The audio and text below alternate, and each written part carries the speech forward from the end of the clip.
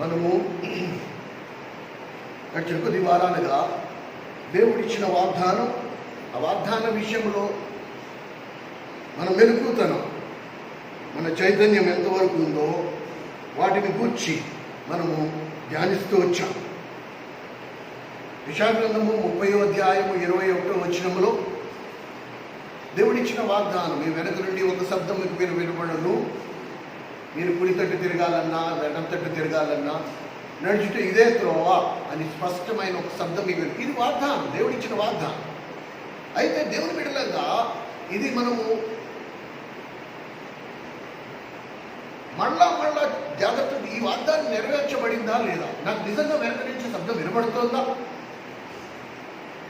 వినపడట్లేదంటే నేను కంగారు పడడం చాలా అవసరం, నేను దేవుని దగ్గరికి వెళ్ళడం చాలా అవసరం.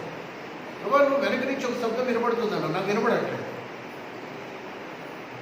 ఎందుకంటే మనిషి కేవలం రొట్టి వలన కాక దేవుని నోటి నుండి వచ్చు ప్రతి మాట వలన జీవించునని లేఖనం సెలవిస్తుండగా, ఆ విషయంలో నువ్వు నిర్లక్ష్యంగా ఉన్నావంటే నువ్వు లోకపరమైన క్షయమైపోయే ఆహారంతో జీవించడానికి సిద్ధపడిపోయేవే కానీ అక్షయమైనది, నిర్మలమైనది, వాడబారది, ఒక్కసారి తింటే మరి ఇంకెప్పుడు ఆకలి వేయనిది, ఒక్కసారి త్రాగితే ఇంకెప్పుడు దాహము వేయనిది, ఆ జీవజలము కానీ ఆ జీవాహారాన్ని కానీ నువ్వు ఆశించట్లేదు. అంటే నామకార్థ స్థితిలో ఉండిపోయాము. దేవుని మందిరానికి వస్తున్నాము, వెళ్తున్నాము, ఆచార రీతిగా అలవాటుగా దేవుని నమ్ముకున్నాం కాబట్టి ఆదివారం అందరూ మందిరానికి వెళ్తున్నారు కాబట్టి మనం కూడా మందిరానికి వెళ్ళాలి. అంతేగాని దేవునితో నాకు సహవాసం ఉందా లేదా, భార్యాభర్తలు ఇద్దరు అన్యోన్య సహవాసంలో ఉన్నారు.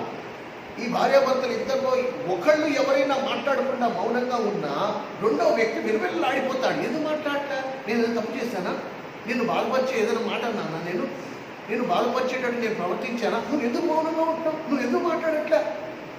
భార్య మాట్లాడకపోయినా భర్త అడుగుతాడు, భర్త మాట్లాడకపోయినా భార్య అడుగుతుంది. వీళ్ళిద్దరూ మాట్లాడకుండా ఉండలేరు, ఒకరితో ఒకరు సహవాసం లేకుండా ఉండలేరు. అలాగే జీవం కలిగిన దేవుడు పరిశుద్ధాత్మతో అన్యోన్య సహవాసంలో ఉన్నవారు మనం. అలాంటిది పరిశుద్ధాత్మ స్వరం వినపడట్లేదు అంటే మనం ఎంత నెమ్మదిగా ఉన్నాము, దాన్ని బట్టి అర్థం చేసుకోవాలి మన ఆత్మీయ జీవితాలు ఏ స్థితిలో ఉన్నాయి. అందరూ అలా ఉన్నారని నేను అనట్లే, కానీ ఇది మనం గుర్తుంచుకోవాలి. దేవుడిచ్చిన వాగ్దానం నా జీవితంలో నెరవేర్చబడిందా లేదా. ఎంత సహజం, ఎంత ఈజీగా దేవుని స్వరము వినకుండా వారం వెంబడి వారం గడిపేయటం, నెలలు వెంబడి నెలలు గడిపేయడం, సంవత్సరాలు వెంబడి సంవత్సరాలు గడిపేయడం. మానవనసు పొందిన గత వారం కూడా మనం చూసాం. అపోస్తల కార్యములు 2వ అధ్యాయం 38వ వచనం వాగ్దానం. మీరు బాప్తిసం తీసుకున్నారంటే పరిశుద్ధాత్మ అన్న వరము మీరు పొందుదురు. ఇది దేవుడిచ్చిన వాగ్దానం. పొందామా నిజంగా పరిశుద్ధాత్మను, నేను వరంగా పొందానా, పరిశుద్ధాత్మతో నింపబడ్డానా, దేవుని స్వరం నాకు వినపడుతుందా లేదా, దీని విషయంలో నాకు చింత లేదు అంటే నేను నిజంగా మారుమనసు పొందానా లేదా నాకు మళ్ళీ చూసుకోవాలి. నేను నిజంగా పూర్తిగా దేవుని వైపు తిరిగానా లేదా మళ్ళీ జాగ్రత్తగా చూసుకోవాలి. ఈ సందర్భంగా ఎందుకు దేవుని స్వరం వినపడదు అది కూడా మనం చూసాం.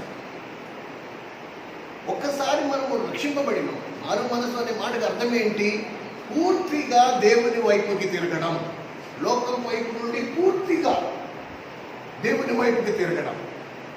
ఎవరైతే దేవుని వైపుకి తిరగకుండా సగమే, లోకము నుండి సగమే ఇటుపక్క ఎడం కన్నుతోటి లోకం, కుడి కన్నుతో దేవుని చూస్తున్నారో వారికి దేవుని స్వరము ఏమాత్రం వినపడదు. No, absolutely not.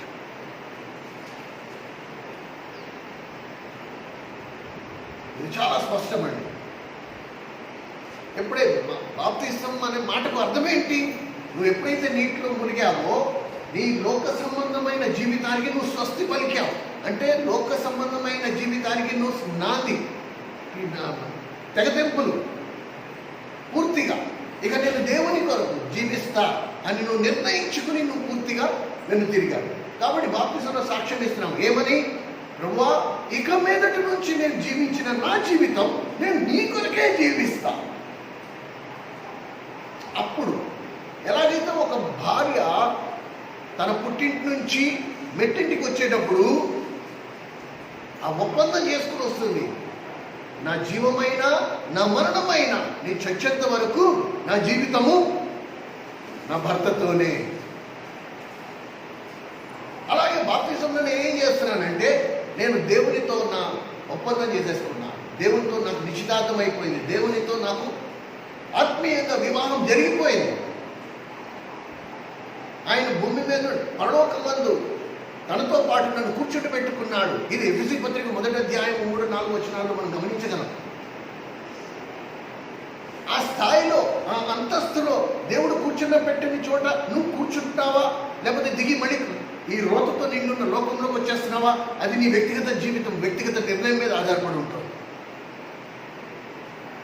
ఇది మనం స్పష్టంగా అర్థం చేసుకోవాలి. అలాగే యెషయా గ్రంథము 30వ అధ్యాయం మనం చూసాం. దేవుడు నియమింపని వాటితో సంధి చేసుకోవడం అంటే చేతులు కలపడం. ఎవరైతే దేవుడు ఎవరినైతే తృణీకరించాడు, దేవుడు ఏదైతే విధించలేదో వాళ్ళతో నువ్వు చేతి కలిపి సంధి చేసుకుంటే నువ్వు దేవుని స్వరం వినడం నువ్వు కోల్పోతావు. దేవుడు మాట్లాడినా కూడా నీకు వినకడి పనిచేయదు. You cannot hear the voice of God. ఇక దేవుడు నువ్వు కుడి తట్టు తిరగాలన్నా ఎడమ తట్టు తిరగాలన్నా నీతో చెప్పినా నీకు వినపడదు. ఇంకా అక్కడి నుంచి నీ మోకాలు చెప్పులకి దెబ్బలు తగ్గుతూనే ఉంటాయి, నీ కాళ్ళకి దెబ్బలు తగ్గుతూనే ఉంటాయి, నువ్వు గొప్పలు తన్నుకుంటూనే ఉంటావు. ఎంత అద్భుతమైన బాట ఆయన ప్రతిష్ఠింపజేశాడు. హెబ్రీ రాసిన పత్రికలో మంచి జీవం కలిగినదియు సజీవమైనదియు నూతనమైన మార్గం ఆయన మన కొరకు ప్రతిష్ఠింపజేశాడు. ఆ రాజమార్గంలో నువ్వు నేను నడవలసిన వారమై ఉండి మన బుద్ధిహీనత వలన, మన మూర్ఖత్వం వలన, మన నిర్లక్ష్యత వలన ఆ అద్భుతమైన మార్గాన్ని విడిచిపెట్టి లోక మార్గంలో నడిస్తే ఏమవుతుందండి? ఇది మనం జ్ఞాపకం చేసుకోవాలి. ఎందుమూలంగా నేను దేవుని స్వరం వెళ్ళలేకపోతున్నాను? ఆర్తనాదాలు లేవు. దేవుడు మాట్లాడకపోయినా నాకేమి చెవికుట్టినట్టు అనిపించట్లేదు. పరోక్షంగా ఏంటి, దేవుడితో నాకు సహవాసం పెద్ద ఇంపార్టెంట్ ఏం కాదు. ఆదివారం దేవుని మందిరానికి వెళ్ళి దండం పెట్టుకుంటూ వస్తే సరిపోతుంది నాకు. అంటే వారానికి ఒకసారి ఆ భర్త ఇంటికి వచ్చి మొహం చూపించేసి మళ్ళీ వారం రోజుల తర్వాత వచ్చినా నాకు పర్వాలేదు అన్నట్టే. ఆయన నా భర్త ఎక్కడున్నాడు, ఎక్కడికి వెళ్తున్నాడు, నేను ఇక్కడేంటి, ఆయన అక్కడేంటి, మేమిద్దరు భార్యాభర్తలం, మేము కలిసి సంసారం చేయాలి, మేము కలిసి కాపురం చేయాలి, మేము ఒక ఇంట్లో ఉండాలి. ఈ ఆలోచన, ఈ ధ్యాస, ఈ పట్టింపు నీకు లేకపోవటం వలన ఈరోజు దేవుని స్వరం నీకు వినబడలేదు. నీకు బోధించేవాడు దాగి ఉన్నాడు. కారణం ఆయన బోధ విషయంలో నీకు పట్టింపు లేదు. ఆయన నీకు బోధించే విషయాల్లో నీకు బోధ వినే పట్టింపు లేదు. హాజరు వేయించుకున్నంత పట్టింపు ఉన్నంత నీకు బోధ వినే పట్టింపు లేకపోవడం వలన నీకు బోధించే నీ బోధకుడు కూడా దాగి ఉన్నాడు. అంటే పరోక్షంగా ప్రభు తను తాను మరుగుపరిచేసుకున్నాడు. ఎప్పుడైతే ఆ కళ్ళంటే నీళ్ళు మనం తెచ్చుకుని, ఓ ప్రభు నువ్వు నాకు కనబడండి, నాకు కనబడాల్సిందే, ఓ ప్రభు నీ స్వరం నాకు వినపడట్లేదు, నాకు వినపడాల్సిందే. ఎలాగైతే చిన్న పిల్లాడు తల్లి స్వరం వినపడకపోతే విలవిలలాడిపోతాడే, వాడు ఏడుపు ఎంతవరకు ఆపడంటే ఆ తల్లి వచ్చి వాడిని ఎత్తుకుని ఊరుకో అన్నంత వరకు వాడు ముక్క తిప్పకుండా ఏడుస్తాడే. ఇది నీకు నాకు ఆ ఏడుపు లేదు. కారణం నిర్లక్ష్యత, కేర్లెస్నెస్. అందరూ అలాగే ఉన్నారు, నేను అలాగే ఉన్నాను కాబట్టి అందరిలాగే నేను బాగున్నానని నేను అనుకుంటున్నాను. కానీ నువ్వు లేఖనపు వెలుగులో చూస్తే అలా లేదు, కరెక్ట్గా లేదు. కనుక మనము ఈ సంగతులన్నీ కూడా మరణ పునరాలోచన చేసుకోవాలి, పునర్విమర్శ చేసుకోవాలి. దేవుని సంఘం ఎందుకు ఆశీర్వాదకరం? ఎందుకు సగటు విశ్వాసిని, సంఘంలో ఉండే పెద్దలవని, నాయకులవని, సేవకులవని, పాస్టర్లవని వీళ్ళు ఎందుకు దేవుని మందిరానికి రమ్మంటారు? ఎందుకు సంఘము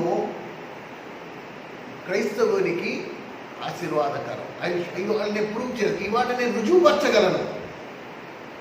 ఈ సంఘం నాకు ఎంత ఆశీర్వాదకరం. It's a great blessing. మనిషి శరీరానికి నొప్పి ఎంతో ఆశీర్వాదకరం తెలుసా? ఎవడైనా చెప్తాడా? నీ శరీరానికి నొప్పి అనేది తెలియదు అనుకో, అది పెద్ద శాపం. ఇట్స్ ఓన్లీ బికాజ్ ఆ నొప్పి అంటే ఏంటో నీకు తెలుసు కనుక చిన్న ముళ్ళు గుచ్చుకుంటూ వెంటనే నువ్వు అక్కడికక్కడే కూర్చుని ముళ్ళు తీసేసుకుంటున్నావు. ఒకవేళ నొప్పి అంటే ఏంటో తెలియకపోతే ఏమవుతుంది? ఆ ముళ్ళు నీ పాదంలోనే ఉంటుంది, కొన్ని రోజులు అది చీమపట్టేస్తుంది. ఆ తర్వాత మెల్లిగా లోపల లోపల కుళ్ళు, పాదం అంతా కుళ్ళిపోతుంది. అందులో గాజు పెంకులే ఉన్నాయో, మేకులే ఉన్నాయో, ముళ్ళే ఉన్నాయో, ఏమున్నాయో, ఏం గుచ్చుకుంటున్నాయో తెలియదు. నీ శరీరానికి నొప్పి తెలియకపోతే వేడి వేడి పెనం మీద నువ్వు ఇలా చేయి పెట్టినా నీకు నొప్పి తెలియదు. ఏమవుతుంది? నీ చెయ్యి మొత్తం కాలిపోద్ది, కరిగిపోద్ది, అందులో మాంసం అంతా బయటకు వచ్చేస్తుంది, ఎముకలు కరిగిపోతాయి. ఎంత ప్రమాదం! దేవుడు నీకు నొప్పి అనే వరం, ఆశీర్వాదం నీకు ఇచ్చాడు కాబట్టి వేడి వేడి పెనం దగ్గరికి వెళ్ళినప్పుడు ఆ సెగ తగిలేటప్పటికి వెంటనే చేయి వెనక్కి లాగేసుకుంటున్నాం. ఎంత పెద్ద ఆశీర్వాదం అది! ఇజ్ ఇట్ నాట్ రమా? అవునా కదా? ఒకవేళ మన శరీరానికి నొప్పి లేకపోతే కుష్ఠరోగులు ఎలాగో మనము అంతే. అలాగే దేవుడు సంఘం అనేది ఒక ఆశీర్వాదకరంగా ఇచ్చాడు. ఇవాళ నాకు మందిరానికి వెళ్ళడానికి ఇష్టం లేదంటే దాని వెనక ఎంత భయంకరమైన పరిస్థితి. ఇవాళ లెట్ మీ ఎక్స్ప్లెయిన్. ఇది నేను వివరంగా దాన్ని మీకు విరమర్చి చెప్తా, అప్పుడు మీకు అర్థమవుతుంది. మొత్తం బైబిల్ గ్రంథం కొత్త నిబంధనలో రెండు చోట్ల, రెండు సందర్భాల్లో యేసు ప్రభు సంఘము అనే పదం వాడాడు. రెండే సందర్భాలు. There are only 2 references. ఈ 2 రెఫరెన్స్లో ప్రభువు నోటంట సంఘం అనే పదం వచ్చింది. మొట్టమొదటి రెఫరెన్స్ మత్తయి సువార్త 16వ అధ్యాయం.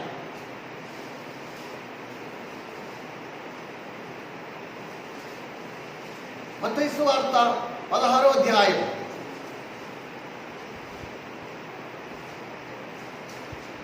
16వ వచనం నుండి చూడండి 19వ వచనం వరకు.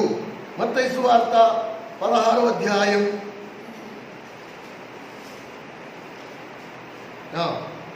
16వ వచనం.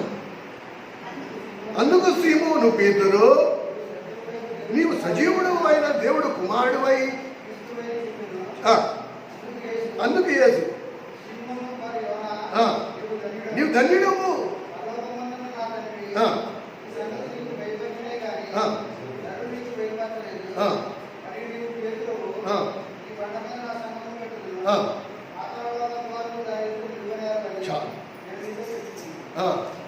కనుక మనం గమనించి మరియు నువ్వు పేతురు, ఈ బండ మీదే నా సంఘమును నేను కట్టేదను. ఆ సంఘం ఎలా ఉంటుందంట? పాతాళ ద్వారములు దాని ఎదుట నిలవనేరము. సంఘము అనే పదానికి సంఘము ఎలాగ మనకి ఆశీర్వాదకరంగా ఉంటుంది అని మనం గమనిస్తే ఇక్కడికి వద్దాం. మత్తయి సువార్త 16వ అధ్యాయం దగ్గరికి వద్దాం. గడిచిన వారము మనము ఒక మాట చదివాము. మొదటి కొరింథీయులకు రాసిన పత్రిక 16వ అధ్యాయం 24వ వచనం నుండి 26వ వచనం లోపల ఏం రాస్తుంది? ఒక అన్యుడు సంఘము లోపలికి మీరు ప్రవేశించినప్పుడు అక్కడ ప్రవచనాత్మకమైన వాక్యము విడుదలవుతున్నప్పుడు ఆ అన్యుడు నా హృదయ రహస్యాలను వీళ్ళకి ఎలా తెలిసింది అని తెలుసుకుని ఏమంటాడంట? నిజంగా దేవుడు ఇక్కడున్నాడు. ఈ మాట చదువుదామా ఒక్కసారి? ఈ మాట చదువుదామా? మొదటి కొరింథీయులకు రాసిన పత్రిక 14వ అధ్యాయం. నేను పేజ్ నెంబర్ చెప్తాను, మీ బైబిల్లో దయచేసి తీసి గమనించగలరు. 155 కొత్త నిబంధన అంటే వెనక నుంచి 155. మొదటి కొరింథీయులకు రాసిన పత్రిక 14వ అధ్యాయం 24వ వచనం 24వ వచనం. అయితే అందరూ ప్రవచించుచుండగా ఉపదేశం పొందని వాడైనను లోపలికి వచ్చిన ఎడల అందరి బోధ వలన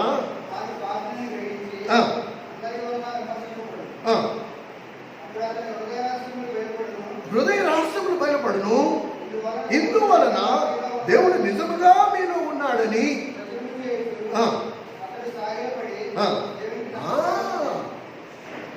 ఇది సంఘం అంటే. ఇది సంఘం అంటే.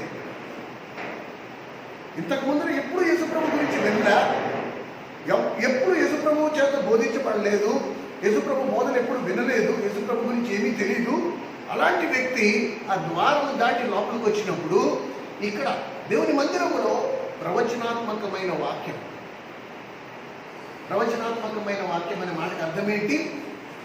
నీ హృదయంలో దాగి ఉన్న మర్మాలను ఇక్కడ నిలబడేవాడు ప్రకటిస్తూ ఉంటాడు. నీ రహస్య పాపముల గురించి బోధ చేస్తూ ఉంటాడు. అప్పుడు లోపలికి వచ్చిన వాడు ఏమంటాడు? అరే, నా గురించి ఇంత నాకు తప్ప ఇంకెవరికి తెలియని రహస్యం వీళ్ళు ఎలా మాట్లాడగలుగుతున్నారు? ఇక్కడ నా పాపములు ఎలా బహిర్గతం అవుతున్నాయి? అమ్మో, నిజంగా ఇక్కడ దేవుడు ఉన్నాడు. ఇది దేవుడికి సాధ్యం తప్ప మనుషులకు ఎవరికి సాధ్యం కాదు. అలాంటిది వీళ్ళు నాలాంటి మనుషులే, కానీ నా రహస్య పాపాలన్నీ వీళ్ళకి ఎలా తెలిసాయి? కనుక దేవుడు నిజంగా ఇక్కడ ఉన్నాడు. సరేనా? ఇది ఒక మాట. ఇంకొక మాట ప్రభు అన్నాడు, నా రాకడ దినమందు నీవు రహస్యమందై జరిగించడమైనను దాన్ని నేను వెలుగులోకి తీసుకొస్తా. నువ్వు 4 గోడల మధ్యలో చేసినవి, నువ్వు రహస్యంగా ఎవ్వరికి తెలియకుండా చేసినవి, నువ్వు మాట్లాడినవి, పనులైనా కానీ నోటి మాట అయినా కానీ. లూకాసు వార్త, లూక్స్ గాస్పెల్, లూకాసు వార్త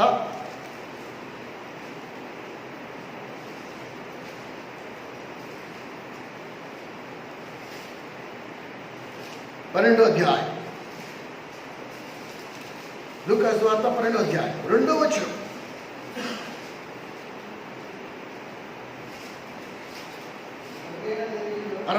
పేజీ 64వ పేజీ. మరుగైనది ఏదయ్యో బయలుపరచబడకపోదు,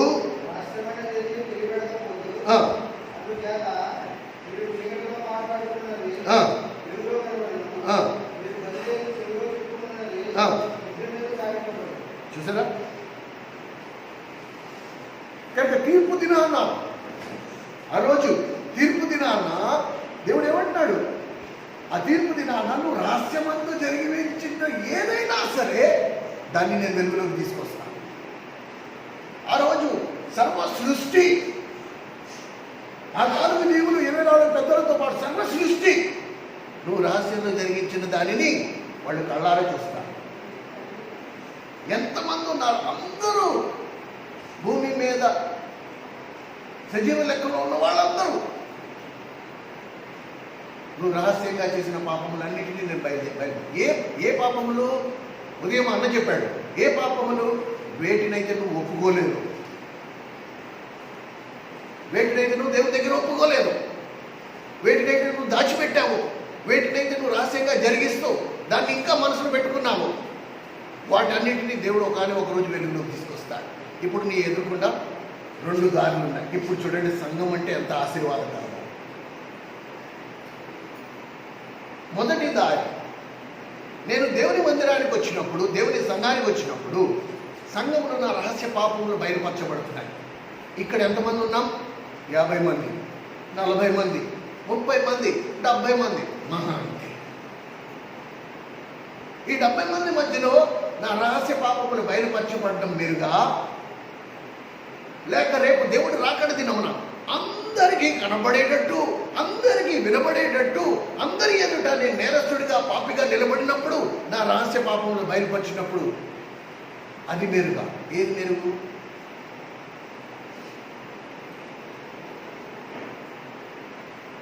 నేనైతే ప్రభువా నువ్వు నా పాపములు నా సంఘములు బయలుపరచు. 10 మంది మధ్యలో నా అవమానం వచ్చిన, సిగ్గు వచ్చిన పర్వాలేదు, నేను భరిస్తా. నన్ను ప్రేమించిన వాడు, వీరందరూ నా కుటుంబం, వీళ్ళందరూ నన్ను ప్రేమించిన వారు, వీరి ఎదుట నా సిగ్గుపోయినా పర్వాలేదు.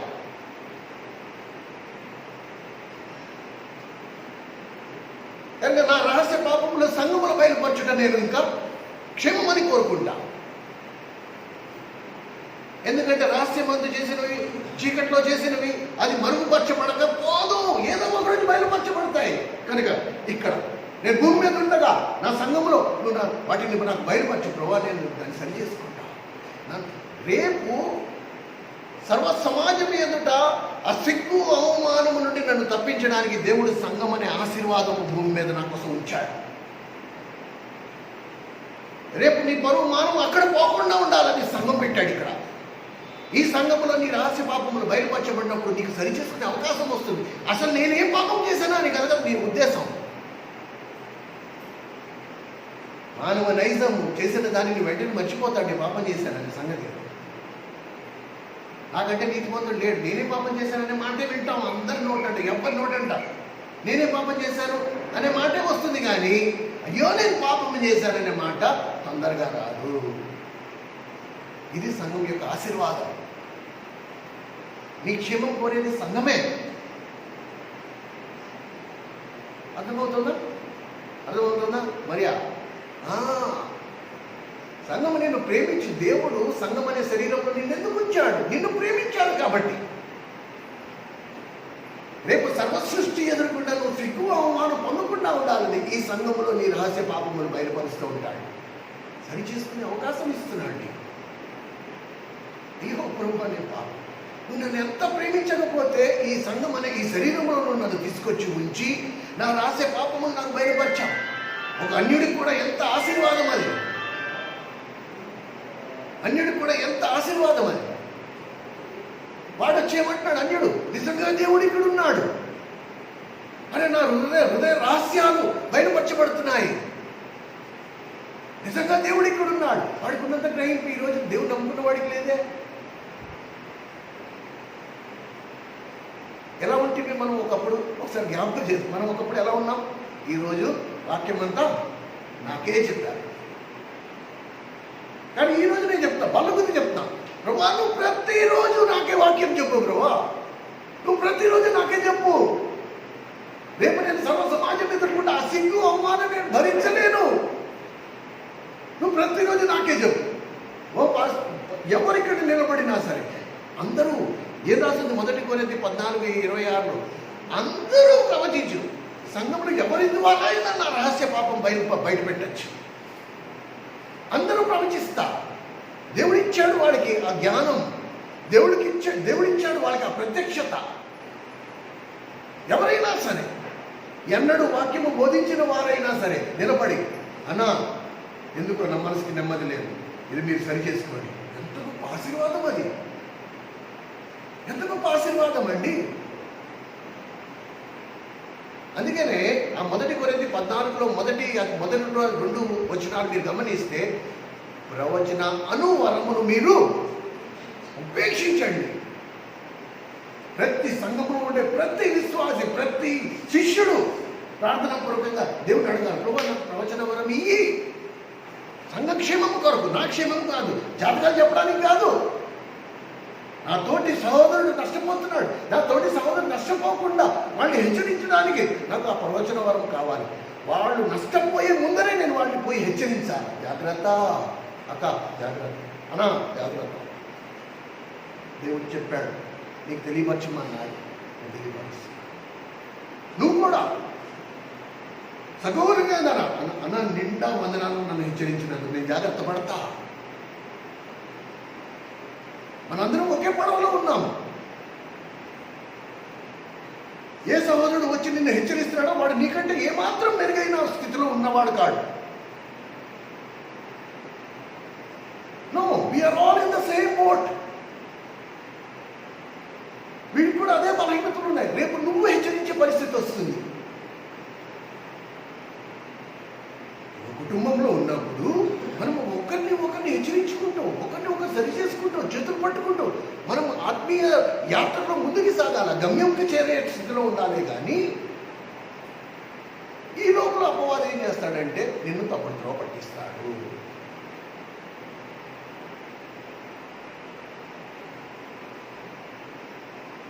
కానీ 2 సంఘంలో ఇప్పుడు బయలుపరచబడడం మెరుగా, లేకపోతే రేపటి దినము రహస్యం ముందు నేను జరిగించిన సర్వ సమాజం అందరూ చూస్తుండగా, అందరు ఎదుర్కొండా పెద్ద తెర మీద కనబడడం, నేను మధ్యలో నేరస్తుడిగా నిల్చోవడం, అది మెరుగా. ఇప్పుడు అర్థమవుతుందా సంఘం ఎందుకు పెట్టాడు దేవుడు? నీ గురించి, నీ పరువు గురించి, నీ ప్రతిష్ట గురించి, నీ అవమానం గురించి దేవుడు ఎంత ఆలోచించకపోతే సంఘం అనే వరాన్ని దేవుడు మనకి ఇస్తాడు. దానికి మనం ఏమంటాం? పాస్టర్ గారు ఇవాడు నాకే చెప్పాడు. నీకు చెప్పకపోతే ఎవడు చెప్తాడు? నీకు చెప్పకపోతే ఏమన్నా దారిపోయి దానికి చెప్పాలా? దారిపోయి దానికి చెప్పే మాట ఇది నువ్వు వచ్చి ఇక్కడ ఎందుకు కూర్చోవాలా? ఎవరు ఉద్ధరించడానికి వచ్చి ఇక్కడ కూర్చోవాలి మనం? చెప్పు.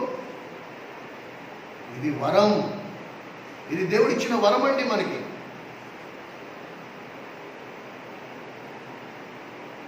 రేపు కోట్ల మంది జనం ఎదుర్కొన్నా నేను సిగ్గు అవమానం పొందకుండా ఉండడానికి దేవుడు సంఘం అనే వరాన్ని నాకు ఇచ్చాడు.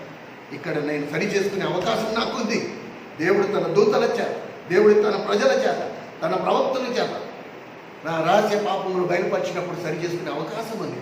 వీటిని నేను యథార్థంగా ఒప్పుకుని విడిచిపెడతానో దాన్ని దేవుడికి ఎన్నడూ జ్ఞాపకం చేసుకోవడానికి వాగ్దానం ఇచ్చిన దేవుడు.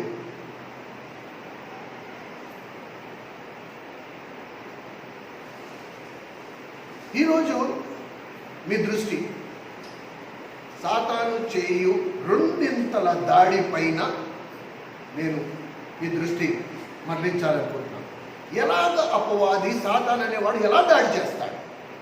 ఒకటి, సాతాను చేసే క్రియల్ని మనం బహిర్గతం చేయాలా?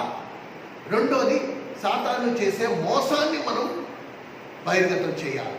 ఇది దేవుడు సంఘానికి ఇచ్చిన ఆశీర్వాదం. నా సంఘమును నేను కట్టేదను, పాతాళ ద్వారములు దాని ఎదుట నిలువనేరము. ఏంటి పాతాళ ద్వారాలు? ఏంటి దేవుడు కట్టిన సంఘము? వీటిని వివరంగా మనం అర్థం చేసుకున్నామనుకో, ఈరోజు నువ్వు ఎంత ఆశీర్వదింపబడిన స్థితిలో ఉన్నావో నీకు అర్థమవుతుంది. కనుక యేసు ప్రభువు సీమోను పేతురును ఒక ప్రశ్న అడిగాడు. సీమోను, నా గురించి నువ్వు ఏమనుకుంటున్నావు అంటే, పేతురు అన్నాడు, ప్రభువా నీవు జీవం కలిగిన దేవుని కుమారుడు. ప్రభువా నువ్వు జీవం కలిగిన దేవుని కుమారుడు అని నేను ఎరుగుదును అంటే, ప్రభు అన్నాడు, ఇది మనుషులు ఎవరు నీకు బయలుపరచలే, పరలోకమందున్న నా తండ్రి ఇది నీకు బయలుపరిచాడు కాబట్టి నీవు ధన్యుడవు. అంటే ఈ మర్మము తండ్రి నీకు ఇచ్చిన ప్రత్యక్షతను బట్టి నీకు కలిగింది. మనుషులు ఎవరు బోధిస్తే నీకు కలగలేదు. ఇప్పుడు ఇదే ప్రశ్న మనకు మనం వేసుకుందాం. మనకు మనం వేసుకుందాం ఈ ప్రశ్న. యేసు ప్రభుని గురించి నువ్వు ఏమనుకుంటున్నావు? మనం అందరం అదే మాట్లాడతాం. ఆయన జీవం కలిగిన దేవుని కుమారుడు, అదే సమాధానం మనమందరం అంటాం. దీన్ని ఎవరు నేను ఒప్పుకోను అని ఎవ్వరూ అనరు ఇక్కడ. ఒకవేళ అది నిజమైతే ఎన్ని పాతాళ ద్వారాలను నువ్వు నేను పడగొట్టావు?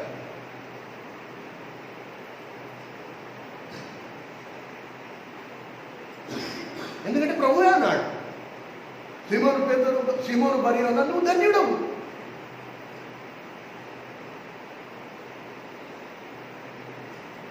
నీ మీద నా సంఘం, నీ ద్వారా, ఓన్లీ త్రూ యూ, నీ ద్వారానే నా సంఘం నేను కడతాను. అంటే ప్రభు సంఘాన్ని ఎవరి ద్వారా కడుతున్నాడు? ఎవరికైతే ఆ పైనుండి ప్రత్యక్షత వస్తుందో, ఎవరికైతే ఆకలి, ఎవరికైతే దాహం, లేకపోతే ఇవాళ రేపు ఈ బైబిల్ గ్రంథం టేస్ట్లెస్, బోరింగ్ పుస్తకం, ఎవరికి 2 పేజీల కంటే ఎక్కువ చదవబుద్ధి కాదు. కారణం అదేమో అర్థం అవ్వదు. It's a dead book. ఎందుకు అలా ఉంది? ఏడుపులు లేవు, ఆర్తనాదాలు లేవు. ఓ ప్రభువా, ఇది జీవగ్రంథం అని దీని మీద రాస్తుంది, ఇందులోంచి నాకు జీవం రావట్లేదు, దీని విషయంలో నాకు న్యాయం తీర్చు, నాకు అన్యాయం జరిగింది, జీవగ్రంథంలోంచి నాకు జీవం రావట్లే. ఆ వాక్యమే శరీరధారి అయి ఏది ఈ వాక్యము నా శరీరంగా మారట్లే, ఈ వాక్యము నాకు జీవమునివ్వట్లే, నాకు అన్యాయం జరిగింది. ఎంతమంది మనలో దేవుని దగ్గరికి వెళ్ళి గోజాడారు? ఎంతమంది మనలో వెళ్ళి దేవుణ్ణి అడిగారు, ఎందుకు నాకు ఈ పుస్తకంలో 2 పేజీలు చదవగానే విసుగు పుడుతోంది? ఒకవేళ నిజంగా ఇది జీవగ్రంథం అయితే, ఒకవేళ నిజంగా ఇందులోంచి జీవం నాకు వస్తుంది అంటే 2 పేజీలు నాకు ఎందుకు విసుగు పుడుతోంది? ఎందుకు చదవబుద్ధి కావట్లేదు? ఒకవేళ చదివిన నామకార్థ స్థితిలో అమ్మో దేవుడు నన్ను ఆశీర్వదించడేమో, అమ్మో దేవుడు నన్ను శిక్షిస్తాడేమో అని మొక్కుబడిగా చదవడం, 2 పదాలు 2 మాటలు, యేసుప్రభువా నీకు వందనాలు స్తోత్రాలు, అయిపోయి.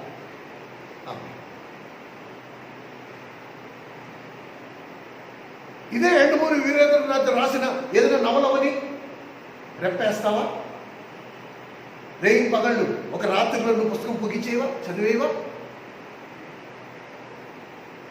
ఇది దేవుడు తన స్వహస్తాలతో రాసిన గ్రంథం. మరి దీన్ని చదవడానికి నీకు ఎందుకు ఆసక్తి పుట్టట్లేదు అంటే ఆకలి లేదు, దాహం లేదు. దేవుని వాక్యం పట్ల నాకు ఆకలి దాహం లేదు కాబట్టి ఈ వాక్యము నాకు అర్థం కాదు.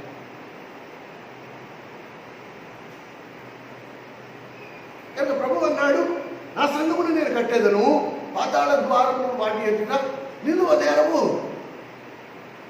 ఒకవేళ యేసు ప్రభు పేతురు అన్నట్టే నువ్వు కూడా ఒప్పుకుంటున్నావు అనుకో, ఆయన జీవం కలిగిన దేవుని కుమారుడు అన్నప్పుడు ప్రభువు ఏమంటున్నాడు? నీ ద్వారా నా సంఘాన్ని నేను కట్టుకుంటా. అలాంటప్పుడు నువ్వు ఎన్ని పాతాళ ద్వారములు పడగొట్టావు? అసలు పాతాళ ద్వారములు అంటే ఏంటి?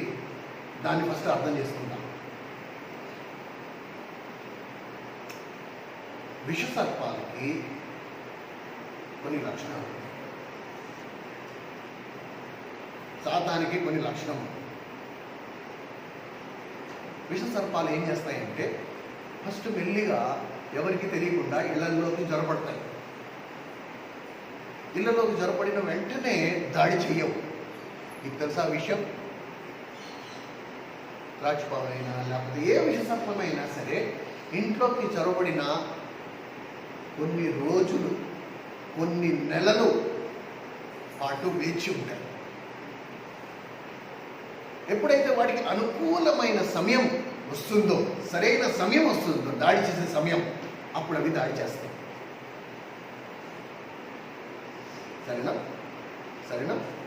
అలాగే ఈ పాతాళ ద్వారములు దేన్ని సూచిస్తున్నాయి అంటే అపవాదిని, సాతాన్ని సూచిస్తున్నాయి. ఈ సాతాను కూడా మన ఇళ్లల్లో, మన కుటుంబాలలో, మన సంఘంలో ఎవరికి తెలియకుండా ప్రవేశిస్తాడు. ప్రవేశించిన వెంటనే దాడి చేయడు, మనలాగే ఉంటాడు, మనతోనే కూర్చుంటాడు. వాడు బైబిల్ తెచ్చుకుంటాడు, నీకంటే నాకంటే ఎంతో ఆత్మీయుడిగా వాక్యం ధ్యానిస్తాడు, వాక్యం బోధన వింటాడు, నీకు అసలు అనుమానం కూడా రాదు. కానీ సరైన సమయం, వాడు ఏ సమయం కోసం ఎదురు చూస్తున్నాడో ఆ సమయం వచ్చిన తర్వాత దాడి చేస్తాడు. ప్రభు ఏమంటున్నాడు? నా సంఘముని నేను కడతాను, ఆ సంఘము ఎదుట సాతాని యొక్క దాడులు నిలువనేరం. నా సంఘము నేను కడతా, పాతాళం యొక్క ద్వారములు అనగా సాతాను దాడులు అనగా విషసర్పాలు అందులో ఉండి కూడా దాడి చేయలేవు. అసలు విషసర్పాలు అందులో ప్రవేశించలేవు.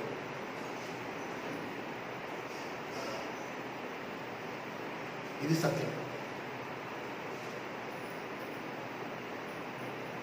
కనుక మనం గమనిక కలిగి ఉండాలి, మనం గమనించాలి. ఏంటంటే ఈరోజు నీకు తెలియకుండానే భార్యాభర్తల మధ్యలోకి వాడు దూరుతున్నాడు. ఈరోజు నీకు తెలియకుండానే తల్లిదండ్రులకు పిల్లలకు మధ్యలో వాడు దూరుతున్నాడు. ఈరోజు నీకు తెలియకుండానే నీ కుటుంబాన్ని చిన్న భిన్నం చేసేస్తున్నాడు, నీ పిల్లల్ని తప్పుడు త్రోవ పట్టిస్తున్నాడు, నీ సంఘాన్ని నాశనం చేస్తున్నాడు. That is the reason. దేవుని నమ్ముకుని కూడా ఆ భార్యాభర్తల్లో అన్యోన్యత లేకపోవడానికి కారణం ఏంటి? They were careless. వాళ్ళు నిర్లక్ష్యంగా ఉన్నారు. ఏ విషయంలో నిర్లక్ష్యంగా ఉన్నారు? తమ రహస్య పాపాల విషయంలో నిర్లక్ష్యంగా ఉన్నారు. దేవునితో వారికి ఉన్న సంబంధం విషయంలో నిర్లక్ష్యంగా ఉన్నారు. అంతే, వాడి మధ్యలోకి జొరపడ్డారు. అంత బాగానే ఉంది అనుకుంటున్నాడు. సడన్గా వాడు దాడి చేశాడు. అంతే, కుటుంబం చిన్న భిన్నం, విడాకుల వరకు వెళ్ళిపోతున్నాయి. దేవుని నమ్ముకున్న కుటుంబాలు విడిపోదాం అనుకుంటున్నారు. ఆత్మహత్యలు చేసుకునేంత వరకు వెళ్ళిపోతున్నాయి. ఆత్మహత్యలు చేసేసుకుంటున్నారు. ఈ సంఘం దేవుడు కట్టాడా? ప్రభు భూమి మీద కట్టిన మొట్టమొదటి సంఘం భార్యాభర్తలు.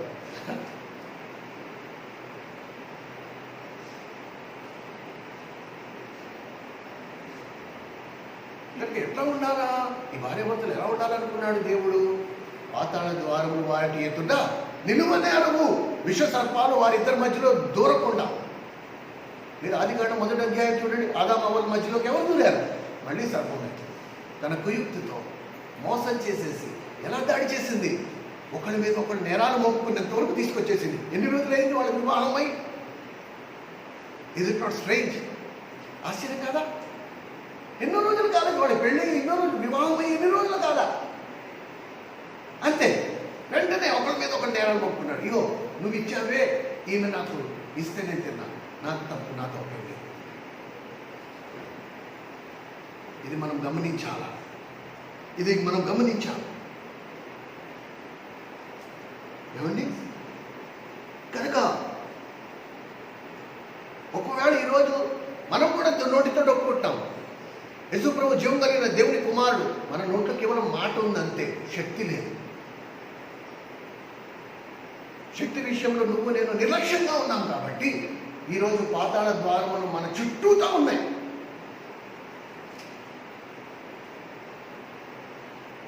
That is the reason. ఎందుకంటే సంఘం విషయంలో నువ్వు ఎప్పుడు కేర్లెస్. నీకు ఇష్టమైతే వస్తావు, కష్టమైతే మానేస్తావు. నువ్వు లోకానికి ఇచ్చినంత ప్రాముఖ్యత సంఘానికి ఇవ్వలే. ఏ సంఘం అయితే నీ కుటుంబాన్ని కాపాడాలో, ఏ సంఘం అయితే నీ పిల్లల్ని కాపాడాలో, ఏ సంఘం అయితే నీ కుటుంబానికి క్షేమం కలుగు చేయాలో, ఆ సంఘం విషయంలో నిర్లక్ష్యం అయ్యావు కాబట్టి ఈరోజు నీ కుటుంబం నీకు శాపం కింద మారిపోయింది. Because you were careless. నీ లోకానికి, లోకంలో ఉండే ఆదాయానికి, నీ వృత్తికి, నీ కులానికి, నీ చుట్టుపక్కల ఉన్న బంధువులకి వీళ్ళకి ఇచ్చినంత ప్రాముఖ్యత, వీళ్ళకి ఇచ్చినంత వెయిటేజ్ నువ్వు దేవునికి, దేవుని సంఘానికి ఇవ్వాలి.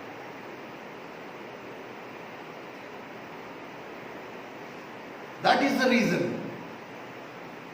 ఆ కారణం వలన నీకు సంఘం నుండి ఎటువంటి ఆశీర్వాదం నీకు లభించదు.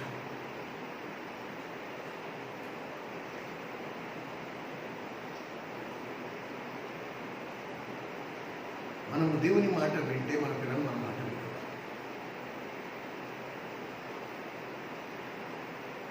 భర్త దేవుని మాట వింటే భార్య భర్త మాట వినేది. భార్యాభర్తలు ఇద్దరు దేవుని మాట వింటే పిల్లలు భార్యాభర్తల మాట వినేవారు. ఈ కుటుంబము దైవికమైన కుటుంబంగా ఉండేది. ఈ క్రమంలో ఎక్కడ లోపం ఉన్నా మొత్తం వ్యవస్థ భ్రష్టుపడుతుంది.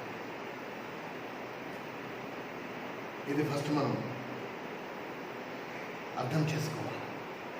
రెండవ సందర్భం ఎక్కడ సంఘం అనే పదం ప్రభువు వాడాడు అని మనం గమనిస్తే మత్తయి సువార్త 18వ అధ్యాయం, జస్ట్ 2వ అధ్యాయం, ఒక్క పేజీ తిరిగేస్తే సరిపోతుంది. 18వ అధ్యాయం ఒక్క పేజీ తిరిగేస్తే సరిపోతుందండి. 17వ వచనం.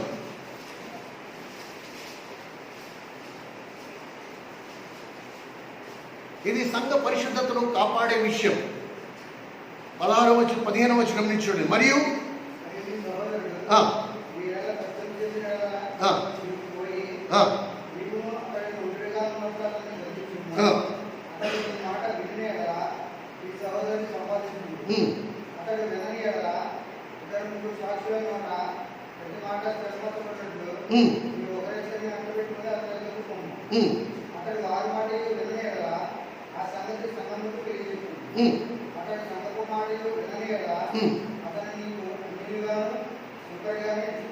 అతన్ని అన్యుడుగాను ఒంటరిగాను ఎంచి మీ మధ్య నుండి అతనిని వెలివెయ్యము.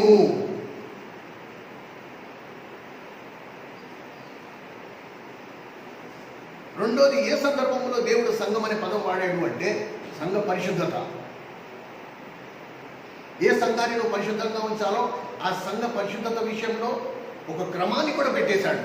ఒకవేళ కనుక సంఘములో ఏ సహోదరుడైనా సహోదరి అయినా పాపములో ఉన్నట్టు నీకు తెలిసినప్పుడు నువ్వు ఏం చెయ్యాలో కూడా చెప్పేశాడు. ఏ మాత్రం మాట పడద్దు. వాళ్ళు ఏమనుకుంటారని అనద్దు. అయ్యో సంఘానికి ఉన్న పేరు ప్రతిష్ట పోద్ది అనుకోవద్దు. నో, నిర్భయంగా ఒంటరిగా వెళ్ళి చెప్పు, కరెక్ట్ కాదు ఇది, నువ్వు చేసేది కరెక్ట్ కాదు, నువ్వు సరిగ్గా లేవు, ఖచ్చితంగా చెప్పు. వాడు విన్నాడా, సరి చేసుకున్నాడా, ఓకే. సరి చేసుకోలేదా ఇంకొక బ్రదర్ని తీసుకునేళ్ళు, ఇంకో సహోదరుని తీసుకునేళ్ళు, ఇద్దరు ముగ్గురు వెళ్ళి చెప్పండి. సరి చేసుకున్నాడా, ఓకే. ఒకవేళ సరి చేసుకోలేదా ఇప్పుడు సంఘంలో చెప్పు. సంఘంలో చెప్పిన తర్వాత ఆయన కరెక్ట్ చేసుకున్నాడా, ఓకే. ఒకవేళ కరెక్ట్ చేసుకోలేదా మర్యాదపూర్వకంగా దండం పెట్టు, ఇక రావద్దు.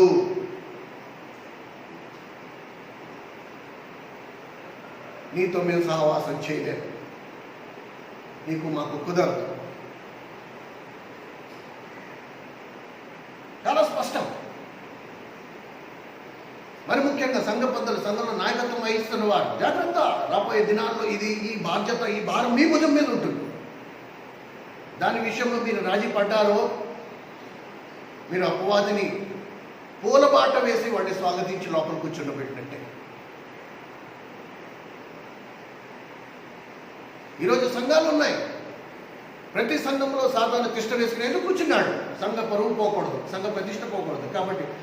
కాదు, ఆ బ్రదర్ అయినా కరెక్ట్గా లేడండి, అది మనందరికీ తెలుసు, సంఘంలో ఉన్న వాళ్ళందరికీ తెలుసు. మరి చెప్పాలి కదా మనం, ఎందుకు మళ్ళీ గొడవ ఎందుకు? కానీ పాపులారిటీ, సంఘానికి ఉన్న పేరు పోద్ది. వండి ఏం కాదు, దేవుడే చూసుకుంటాడు. ఏడు గాడుకుంటే దేవుడు చూసుకునే. దేవుడు చెప్పలేదు నీకు ఏం చేయాలో. దేవుడు ఏం చేయమన్నాడు? ఎన్ని సంఘాలు అలా చేస్తున్నారు చెప్పండి. స్పష్టం, ఏం చేయాలో కూడా ఇంత స్పష్టంగా దేవుడు చెప్పిన తర్వాత కూడా పోన్లేదు దేవుడు చూసుకుంటాడా? మరి నువ్వేం చేస్తా? ఎందుకున్నావు?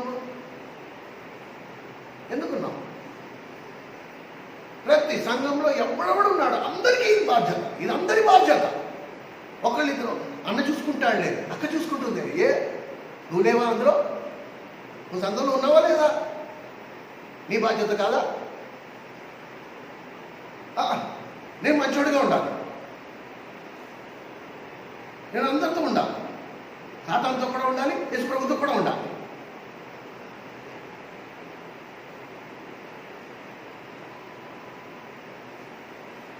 ఈ రెండు సందర్భాలలో దేవుడు సంఘము అనే పదం వాడాడు.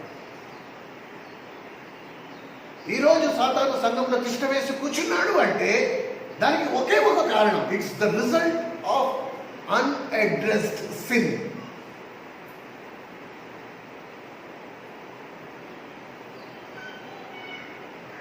పాపము చేయవాడు సంఘంలో ఉన్నాడు, దాన్ని ఎవరు పట్టించుకోవట్లేదు. ఆ కారణం మూలంగా సాతానికి లోపల వచ్చి తిష్ట వేసుకోవడానికి అవకాశం ఉంది. కనుక సంఘ పరిశుద్ధత కాపాడుకునే బాధ్యత అందరి మీద ఉంది. చిన్న అపవిత్రత లోపలికి వచ్చిందా మొత్తం అపవిత్రమైపోతుంది. ప్లీజ్ రిమెంబర్, దయచేసి ఇది గుర్తుంచుకో. ఆ విషయంలో సరి చేసుకునే ఉద్దేశం నీకు లేదా? అధిక పాపం మూట కట్టుకునే బదులు నువ్వు సంఘానికి రావడం మానేస్తే నీకు క్షేమం.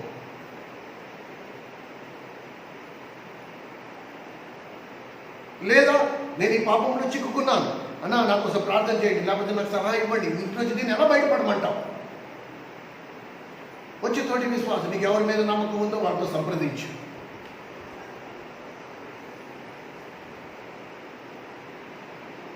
This is very very important. రెండు విధాలుగా సాతాను దాడి చేస్తాడు. నేను ఇందాక చెప్పాను, వెరీ ఇంట్రెస్టింగ్. ఎవరు నిద్రపోకుండా జాగ్రత్తగా వినండి. ఇప్పుడు కథ టైం వచ్చేసింది. రెండు కథలు నిజంగా జరిగినవి మీ దృష్టికి తీసుకొస్తా. దీనిని బట్టి అసలు అపవాది ఎలా దాడి చేస్తాడో మనకు అర్థమవుతుంది. నీ కుటుంబంలో అయినా సరే, సంఘంలో అయినా సరే, కుటుంబంలో అయినా సరే అపవాది ఎలా దాడి చేస్తాడు. అందుకనే ఈ పాఠం అందరి కొరకు. నీకేమాత్రం భారం ఉంటే పుణుకు వేయకుండా, రెప్ప వేయకుండా జాగ్రత్తగా విను. 2వ రాజుల గ్రంథము. దేవుడు నిన్ను సంఘంలో ఉంచిందే ఈ సాతాను యొక్క దాడులను బహిర్గతం చేయడానికి, అందరికీ తెలియపరచడానికి. సాతాను ఇప్పుడు ఎలా దాడి చేస్తాడు? 2వ రాజుల గ్రంథం 6వ అధ్యాయం. తీసిన వాళ్ళ పేజ్ నెంబర్ కూడా చెప్పండి. 311వ పేజీ. 311వ పేజీ. ఓయ్యా. 2వ రాజుల గ్రంథం 6వ అధ్యాయం. ఇందులో 8వ వచనము నుండి గమనించు. 8వ వచనము నుండి సిరియా రాజు ఇశ్రాయేలుతో యుద్ధము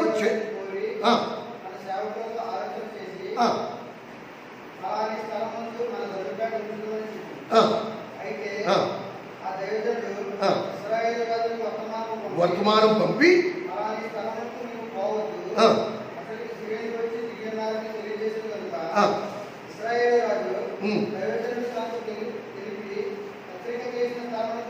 పంపి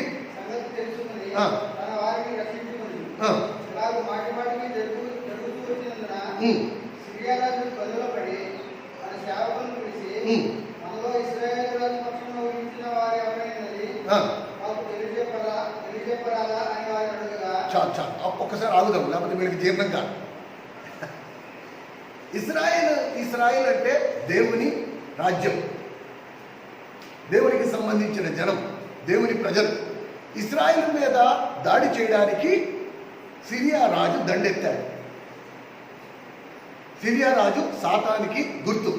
ఓకే, మీకు మనకు అర్థమయ్యేటట్టు మనం దీన్ని ధ్యానిద్దాం. ఇస్రాయేల్ రాజు దేవుని సంఘం, సిరియా రాజు సాతాను. ఓకే, సిరియా రాజు సాతాను. ఇప్పుడు సాతాను దేవుని సంఘం అనే ఇస్రాయేల్ దేశం మీద దండెత్తాడు. దండెత్తే దేవుని సంఘంలో ఎవరున్నారు? దైవజనుడైన ప్రవక్త ఎలీషా ఉన్నాడు. సరేనా? దైవజనుడు సంఘంలో ఉండి ఈ సంఘంలో ఉండే అధికారంలో ఉన్న రాజుకి ఒక వర్తమానం పంపించాడు. ఫలానా స్థలములకు నువ్వు వెళ్ళొద్దు, అక్కడ శత్రు సైన్యము చుట్టుముట్టి నీ మీద దాడి చేయడానికి సిద్ధంగా ఉంది అంటే రాజు కూడా ఏం చేశాడు? తన మనుషుల్ని పంపి నిజంగా అక్కడ సైన్యం ఉందో లేదో చూసుకున్నాడు. శత్రు సైన్యం ఉందా అని చూసుకుని ఆ ప్రాంతానికి వెళ్లకుండా తన ప్రజలను, తన సైన్యాన్ని కాపాడుకున్నాడు. సరేనా? ఇప్పుడు శత్రురాజుకి కోపం వచ్చేస్తుంది. శత్రురాజు ఏమనుకుంటున్నాడు? మాటికి నేను ఎన్నిసార్లు రహస్యంగా దాడి చేయాలనుకున్నా ఎవరో ఒకళ్ళు వెళ్ళి సిరియా రాజుకి తెలియపరిచేస్తున్నాడు. మనలో మన మీద కుట్ర చేసేవాడు మనలోనే ఒకడు ఎవడో వెళ్ళి వాడికి చెప్తున్నాడు అంటే చదువు. అతని సేవకుల్లో ఒకడు, రాజువైన నా ఎన్నినవాడా, ఎవరినూ లేడు గాని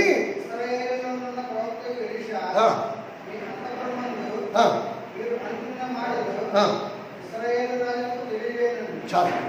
ఎక్కడ?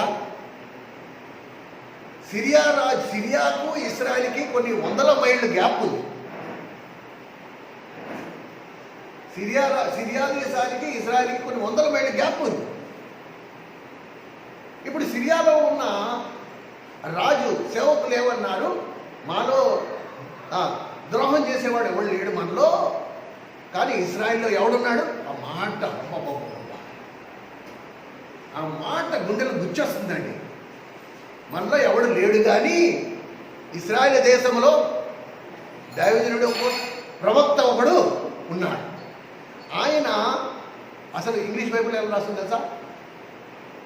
సిరియా రాజు అయిన నీవు నీ పడక గదిలో నువ్వు మాట్లాడుకుంటున్న మాటలు కూడా ఇస్రాయేల్ రాజుకి తెలియజెప్పేస్తున్నాడు. ప్రతిసారి నువ్వు ప్లాన్ వేసుకుని వాడి మీదకి దాడి చేసినప్పుడల్లా ఆ దైవజనుడు ఫలానా చోట దండు రాబోతోంది, నువ్వు అక్కడికి వెళ్ళొద్దని వాడిని తప్పించేస్తున్నాడు. అనగానే వీడి కోపం వచ్చేసింది. ప్రేమ సహోదరుడా, సహోదరి, మన సంఘం అలాగుండాలి, ప్రవచించే ప్రవక్తలుగా ఉండాలి. రాబోయే ఉపద్రవం ముందుగానే తెలుసుకుని హెచ్చరించే స్థితిలో ఉండాలి. సంఘంలో ఉన్న మనం నిద్రపోతే ఎప్పుడు సాతాను మధ్యలోకి చొరబడతాడో మనకి తెలియదు. ఎలా కాపాడుకుంటాం మన ప్రజలను? ఎలా కాపాడుకుంటాం సంఘాన్ని? పాతాళ ద్వారములు ఎలా పడగొడతాం? మనం నిద్రపోతా ఉంటే దేవుడు వరాన్ని ఇచ్చాడు. సంఘము ప్రవచనాత్మకమైన వాక్యము బోధించబడుతూ ఉండాలి. ప్రవచించే సంఘముగా ఉండాలి. నీ సంఘక్షేమము కొరకు. అది పక్కన 1 కొరింథీ 15వ అధ్యాయంలో ఉంది ప్రవచనం అంటే ఏంటో.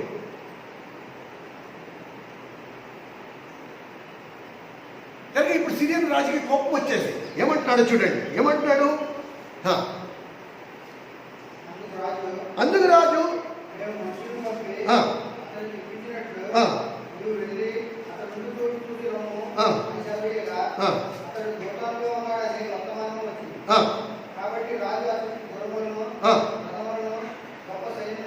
ఆ మాట అండర్లైన్ చేసుకో. గొప్ప సైన్యం, ఒకళ్ళిద్దరు కాదండి, గొప్ప సైన్యమును పంపెను.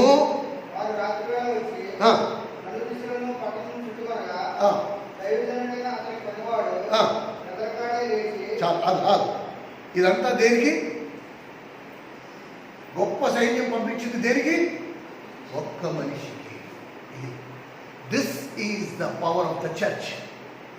సంఘానికి ఉండే శక్తి ఇది. ఒక్క మనిషి, సంఘంలో ఒక్కడుంటే చాలు. ఆ ఒక్కడిని పట్టుకోవడానికి గొప్ప సైన్యాన్ని పంపించాడు. గుర్రాన్ని పంపించాడు, రథాన్ని పంపించాడు. పంపిస్తే ఆ ఇంట్లో ఉన్న పనివాడు ఎవరైనా చెప్పండి, ఆ పనివాడి పేరేంటి? ప్రతిదానికి నేను మధ్యలో ఉన్నాను వచ్చేస్తాను. పనివాడైన గెహాజీ. ఈ మధ్యలోనే నేను యోసేపును మాట్లాడుకుంటున్నప్పుడు ఆ సందర్భం వచ్చింది. ఎవరు? గెహాజీ. అందరికడే లేచాడు. లేవంగానే శబ్దాలు, పొలిమేర్ల, ఇశ్రాయేలు పొలిమేర్ల శబ్దాలు వస్తున్నాయి. గుర్రాలు, అరుపులు, ఇవన్నీ శబ్దాలు వస్తుంటే గబగబా లేచి చూశాడు. ఇలా ఇలా చూసుకుంటాడు. ఏంటి గుర్రాలేంటి, ఈ సైన్యం ఏంటి? మొత్తం 4 దిక్కులా ఉన్నారు. ఇశ్రాయేలు దేశం 4 దిశలా ఉన్నారు సైన్యం. శత్రు సైన్యం చుట్టుముట్టేసి ఉన్నారు. చుట్టుముట్టేసి ఉంటే గమగమ పరిగెత్తుకుంటూ వచ్చింది. నా ఏలిన వాడ 12వ వచ్చింది. 15వ వచ్చింది. దైవజనుడు అతను పనివాడు కందరగడ లేచి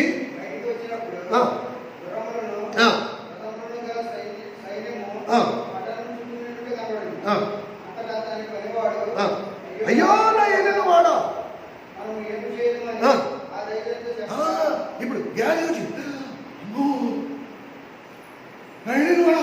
మొత్తం చుట్టూ సైన్యం, ఇప్పుడు మన ఎవరు కాపాడతాడు అనే స్థితిలో వాడు కాళ్ళు చేతులు వణికిపోతూ ఆ దైవజనుడి దగ్గరికి వచ్చి, అయ్యో నా వెళ్ళిన వాడ, ఇప్పుడు ఏం చేద్దామంటే, ఏం మాట్లాడుతున్నావు నువ్వు?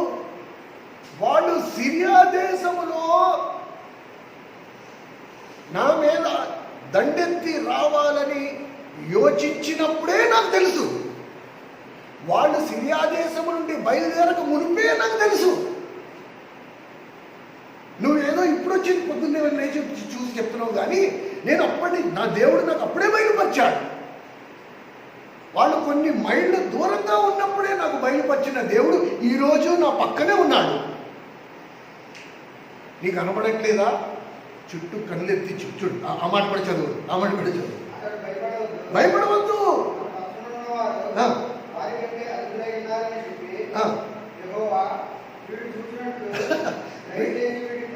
తెరుమని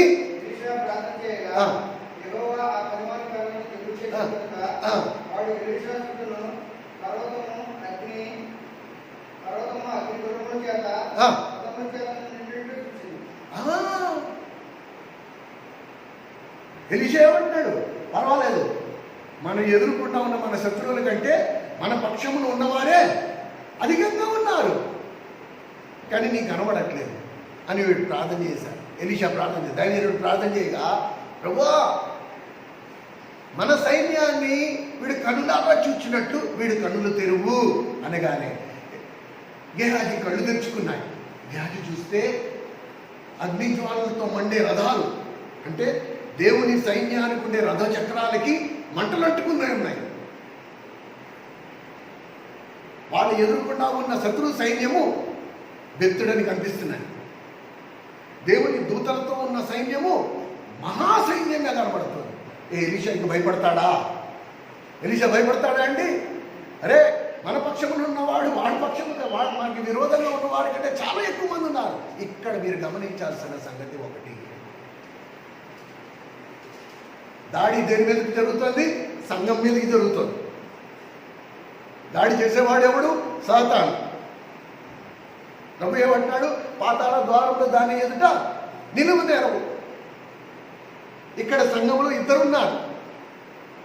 ఎలీషా ఉండే ఇంట్లోనే గేహాజీ కూడా ఉన్నాడు. ఇద్దరు ఒకే ఇంట్లో ఉన్నారు. ఒకటి కనబడుతోంది, ఒకటి కనబడట్లేదు. ఇప్పుడు అర్థమవుతుందా నీకు? ఎలీషాకి కనబడేది గేహాజీకి కనబడట్లేదు. ఎలీషాకి వినబడేది గేహాజీకి వినబడట్లేదు. కనుక సంఘంలో ఉండొచ్చు అందరికీ దేవుని స్వరం వినబడదు.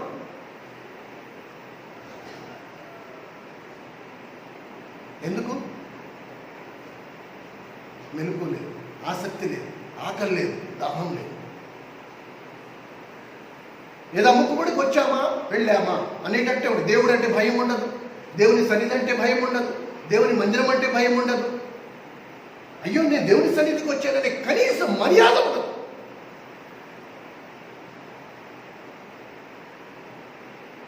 ఏదో కోటకూరుకి వెళ్ళినట్టే, ధర్మవరం వెళ్ళి వినపడ్డరే వినపడి తీసుకురా అన్నట్టే.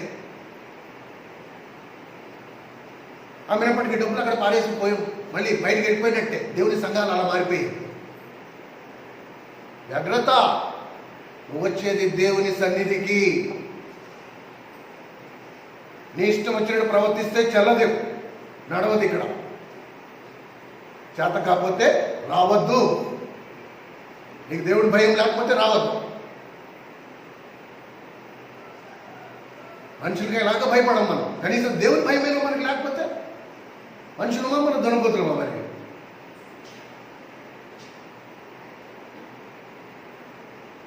ఇక్కడ చూడండి, ఎలీషా గేహాజీ ఇద్దరు ఒకే ఇంట్లో ఉన్నారు. ఒకటి కనబడుతోంది, ఒకటి కనబడట్లా. దేవుని పట్ల భయం ఉన్నవాడు, దేవుని స్వరం వినడానికి ఎదురు చూసేవాడు, నిత్యము దేవుని స్మరించుకుంటూ ఉండేవాడు, దేవుని చిత్తాన్ని జరిగించేవాడు, వాడికి స్పష్టంగా వినపడుతుంది.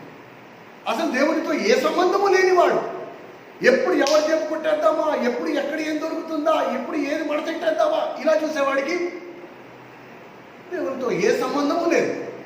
There is no relation. వాడికి దేవుని స్వరం వినపడదు, అంతే. వాకిట్లో కుక్కరిస్తే వీడికి 4 ఎకరాలు తడిసిపోద్ది. మనుషులు అక్కలే, మనుషులు దాడి చేయక్కల్లా. వాకిట్లో 4 కుక్కలు వచ్చాయనుకో, వీడు అసలు తలుపు తీసి 1కి 2కి కూడా వెళ్ళడం మానేస్తాడు, అంత పెరిగి.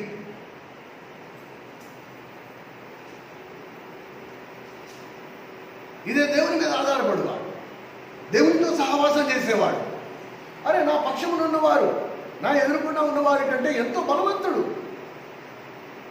నాలో ఉన్నవాడు లోకంలో ఉన్నవాడి కంటే ఎంతో బలవంతుడు. నేను దేనికి భయపడను. ఇది క్రైస్తవుని జీవితం. ఇది నిజమైన క్రైస్తవుని జీవితం. అందుకని గమనించండి, ఈ సంగతిని గమనించండి. ఒకే ఒక్క వ్యక్తికి పట్టుకోవడానికి ఇంత గొప్ప సైన్యం మొత్తం ఊరంతా చుట్టుముట్టేసి. ఏమండి,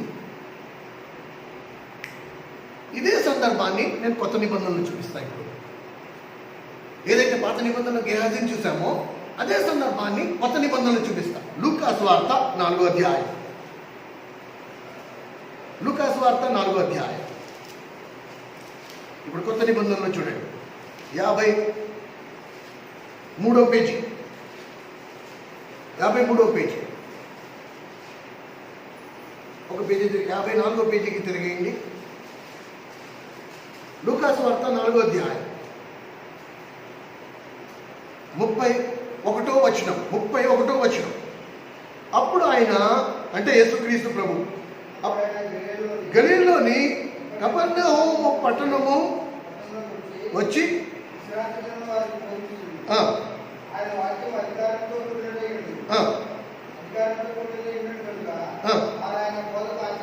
ఆశ్చర్యపడి ఆ సమాజ మందిరంలో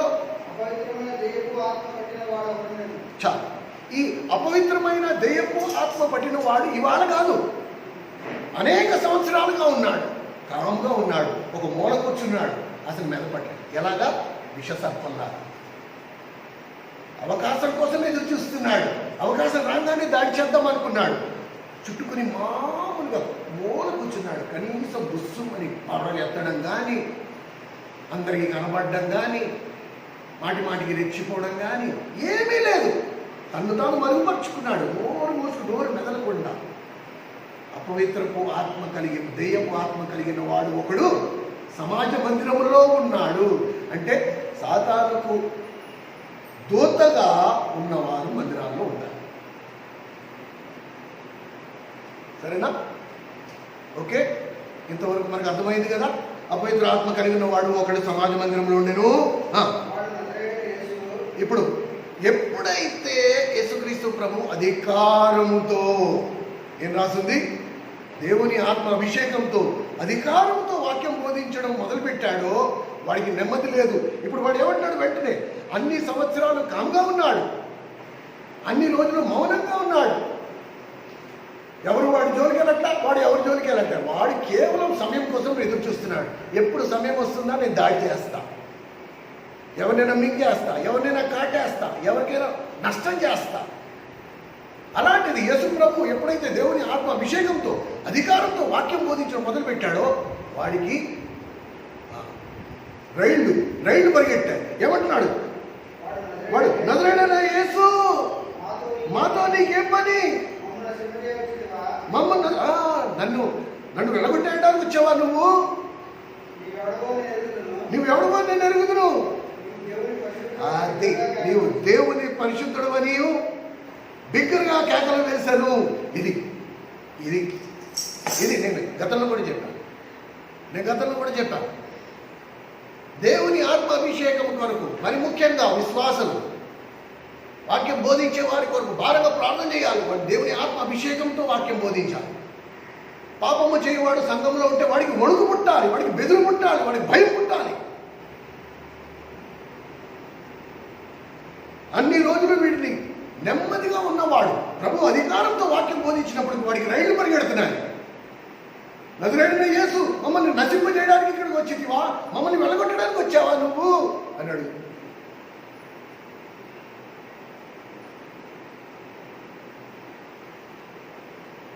మన సంఘం ఆ స్థితిలో ఉండాలి. పాపము చేయవాడు మన మధ్యలో నిలబడలేకుండా ఉండాలి. వాడికి నెమ్మది లేకుండా అయిపోవాలి. వాడికి బెదురు, వణుకు. ఎందుకు వచ్చానా అని పరిగెత్తుకుంటూ వెళ్ళిపోవాలి. బిగ్గరగా కానీ, నువ్వు ఎవడో నాకు తెలుసు. ప్రభు ఏమన్నాడు? ఒకే చిన్న మాట, పెద్ద మాటలు లేవు, చిన్న మాట. యేసు ఊరుకుండము, అతన్ని వదిలిపోము.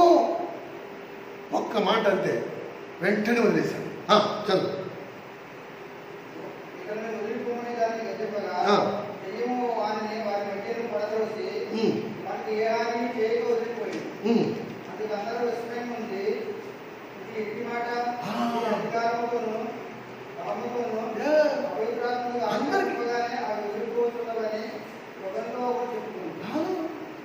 అందరూ ఆశ్చర్యపోయారు. ఇదే నిన్నటి వరకు బాగానే ఉన్నవాడు, సడన్గా ఏమైంది? అందరికీ ఆశ్చర్యం. సడన్గా ఏమైంది?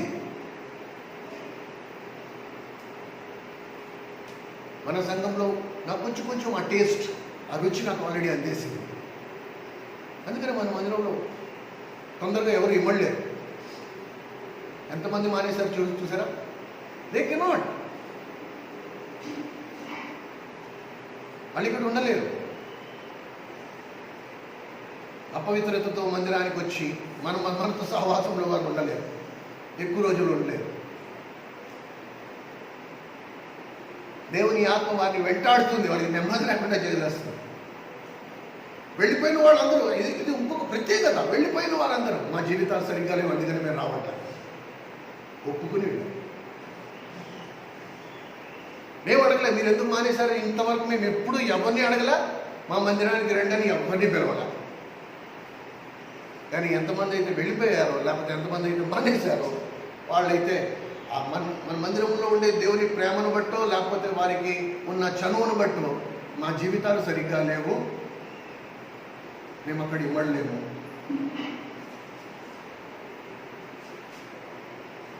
మా పాత జీవితాన్ని మేము వదులుకోలేము, కాబట్టి మేము మీతో సహవాసం. మామూలంగా సంఘానికి చెడ్డ పేరు వస్తుంది, మామూలంగా సంఘం అపవిత్రమైపోతుంది. ఈ మాటలు మేము ఎక్కువ విన్నాం.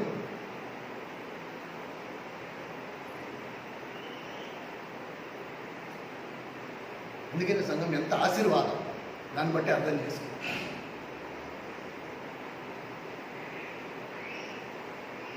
ఇది ప్రతి సభ్యుడు, ప్రతి విశ్వాసురాలు బాధ్యత. సంఘంలో ఉన్న వారి అభిషేకం కాదు ప్రభా, ప్రతి ఒక్కరిని నువ్వు ఆత్మతో నింపు. ఒకరి కాకపోతే ఒకరైనా హెచ్చరించాలి, ఒకరి కాకపోతే ఒకరైనా వెలుగులోకి తీసుకురావాలి. జాగ్రత్త, ఇక్కడ మనం జాగ్రత్త పడదాం. వద్దు మనకి పేరొద్దు, మాత్రం పేరు అక్కర్లే మనకి. దేవుడు మన మందిరంలో అద్భుతాలు చేయడం మనం కళ్ళారా చూసాం. మనం వీ డోంట్ నీడ్ పాపులారిటీ. మనకి పేరు ఘనతలు అవసరం లేదు.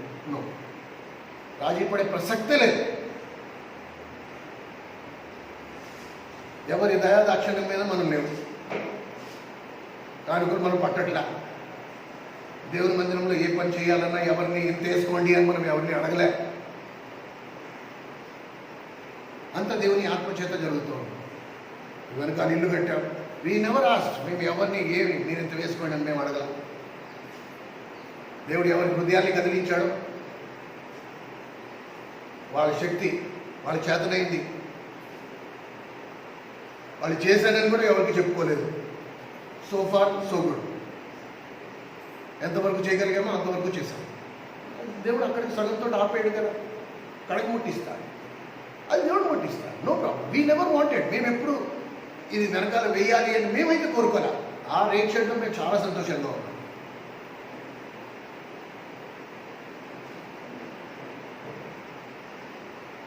We are so happy.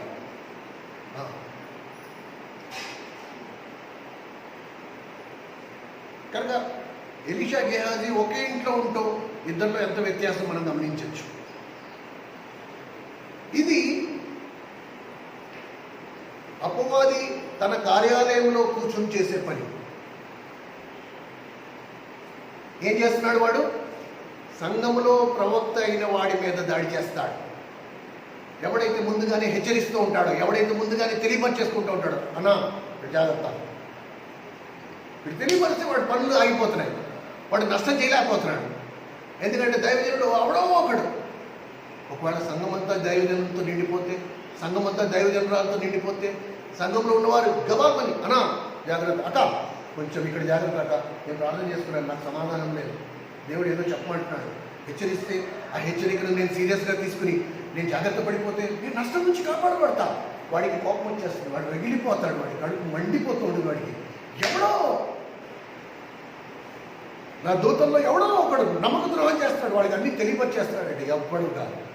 వారిలో ఒక దైవజనుడు, వారిలో ఒక ప్రవక్తున్నాడు. అసలు ఆ సంఘంలో ఉన్న వాళ్ళందరూ ప్రవక్తులే, ఆ సంఘంలో ఉన్న వాళ్ళందరూ ప్రవక్తులే. దేవుడు వాళ్ళకి ముందుగానే బయలుపరుస్తాడు, వాళ్ళు జాగ్రత్త పడిపోతున్నారు. కనుక పాతాళ ద్వారములు వారి ఎదుట నిలవలేరు.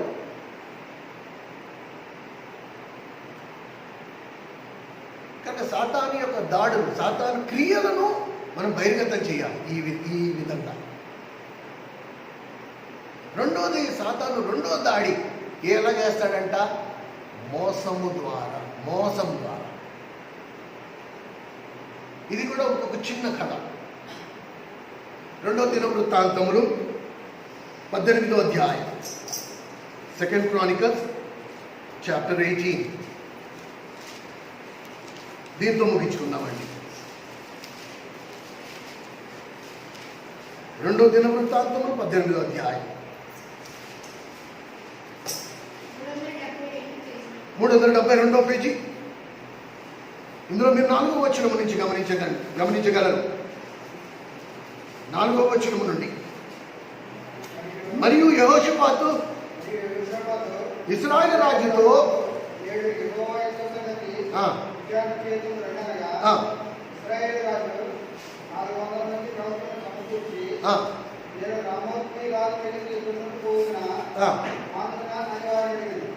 సరే, యెహోషాపాతు ఇశ్రాయేలు రాజు అహాబు, యెహోషాపాతు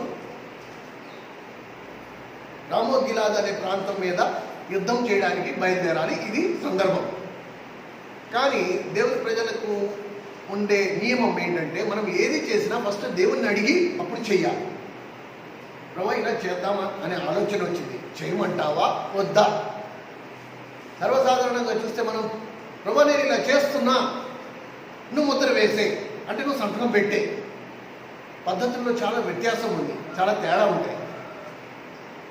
నిజమైన క్రైస్తవ పద్ధతి ఏంటంటే, ఫస్ట్ దేవుణ్ణి అడగాలి. దేవుడు చేయమంటే చెయ్యాలా, చేయొద్దంటే మానేయాలి. ఆ మానేయడం మనకి ఇష్టం ఉండదు. కాబట్టి ఫస్ట్ మనం ఏమంటా, నేను ఇలా చేద్దాం అనుకుంటాను, నువ్వు ముద్ర వేసాయి, నువ్వు వేయకపోయినా నేను చేస్తాను.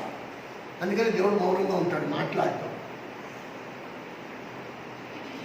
ఇక్కడ ఇశ్రాయేలు రాజు అహాబు, యెహోషాపాతు వీళ్ళు రామోత్ గిలాద్ అనే ప్రాంతం మీద యుద్ధం చేయడానికి వెళ్ళాలా. కాబట్టి యెహోషాపాతు అంటాడు, నీ రాజ్యంలో ఉండే ప్రవక్తలందరినీ కేకే, వాళ్ళ దగ్గర విచారణ చేద్దాం, అది దేవుని చిత్తమా కాదా. ఒక మాట గుర్తుంచుకోండి, వీళ్ళు దేవుని ప్రవక్తలు, బయలు ప్రవక్తలు కాదు, వీళ్ళు దేవుని ప్రవక్తలు. సాతాను ఒకవేళ దాడి చేస్తే మోసము చేత దాడి చేస్తాడు. అందుకని నువ్వు మోసపోయే ప్రమాదం చాలా ఎక్కువ ఉంది, గుర్తుంచుకో. ఎలా మోసపోతావు కూడా చెప్తున్నాను నేను, అది కూడా చూడు జాగ్రత్తగా. ఏమండి, మా పాస్టర్ గారిని అడిగాను అనుకోండి, మా పాస్టర్ గారు ఎప్పుడు వద్దంటాడండి. నేనేంటో నేనంటే ఆయన కిట్టదు, కాబట్టి నేను ఏమడిగినా వద్దనేస్తాడు ఫస్టే. ఆయన ప్రార్థన చేయడు, కనుక్కోడు, ఏం లేదు. కానీ నేను ఎప్పుడు అడిగినా ఆయన వద్దనేస్తాడు. కాబట్టి ఇప్పుడు నేనేం చేయాలా, ఇంకో పాస్టర్ని కేకేస్తాను. వాడు ఎప్పుడు నాకు క్షణకరంగానే చెప్తాడు, వాడు ఎప్పుడు నన్ను చేయమనే చెప్తాడు. కనుక వాడిని పిలుస్తా, వీడిని పిలుస్తా. సరేనా? ఇప్పుడు చూడండి, అందుకు వారు ఈ 400 బయలు, ఈ 400 ప్రవక్తులు ప్రార్థన చేసేసారు. ప్రార్థన చేసేసి ఏమంటున్నారు, మీరు వెళ్ళు, నిశ్చయముగా కొమ్ము నీ చేతికి అప్పగిస్తాడని చెప్పారు. 400 మంది ప్రవక్తలే. కానీ వాళ్ళు నిజమైన ప్రవక్తలా, అబద్ధ ప్రవక్తలా, మోసపుచ్చే ప్రవక్తలా, ఇది అనవసరం. ప్రవక్తులు పేరు పెట్టేసుకున్నారు. ఈ మధ్య అందరూ పేరు పెట్టుకోవట్లేదు. రెవరెండు, లెఫ్ట్ రెవరెండు, రైట్ రెవరెండు, వాళ్ళని పేరు పెట్టేసుకుంటున్నారు. పెద్ద కట్అవుట్ పెడితే వాడు పెద్ద సేవకుడు, చిన్న కట్అవుట్ పెడితే వాడు చిన్న సేవకుడు. అడిగి వెళ్ళానండి, నాకు అంత మంచిగా జరిగిందండి. ఈయన దగ్గరగా ఎప్పుడు చెప్పలేదండి. ఈ 400 మంది వెళ్ళమంటున్నారు, యుద్ధానికి వెళ్ళమంటున్నారు. వెళ్ళొచ్చు కదా, మరి వెళ్ళొచ్చు కదా. యెహోషాపాతు దేవునితో నేరుగా సంబంధం కలిగి ఉన్నాడు, కొద్దిగా దేవుని భయం కలిగి ఉన్నవాడు. యెహోషాపాతు మనసు సమాధానం లేదు, ఆందోళనగా ఉంది. ఈ 400 మంది వెళ్ళమంటున్నారు, కానీ ఏంటి నాకు ఇక్కడ అలజడి? చదవండి.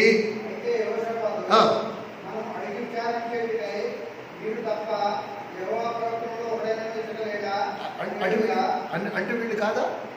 ఈ 400 మంది యెహోవా ప్రవక్తలు కారా? ఇండైరెక్ట్ గానే చెప్పేస్తున్నాడు, వీళ్ళు తప్ప ఇక ఎవరు యెహోవా ప్రవక్తలు ఇక్కడ లేరా అంటే. ఇప్పుడు అహాబు ఇచ్చే సమాధానము మనందరి సమాధానం. గుర్తుంచుకో, జాగ్రత్తగా గమనించండి. అహాబు ఏం సమాధానం చెప్తున్నాడు.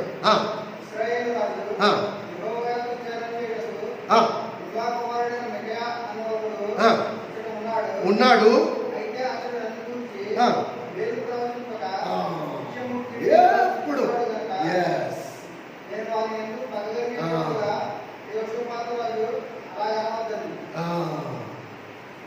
అయితే మీకాయా అనే ఒక ప్రవక్త ఉన్నాడు, కానీ ఎప్పుడూ వాడు నాకు ప్రతికూలంగానే ప్రవచిస్తాడు. బా నేనేం చేయమన్నా సరే, ఏం చేద్దామన్నా సరే, అబ్బా నీ ఓటమే చెయ్యొద్దు అంటాడు. వాడంటే నాకు అస్సలు చిరాకు, నాకు అసహ్యం.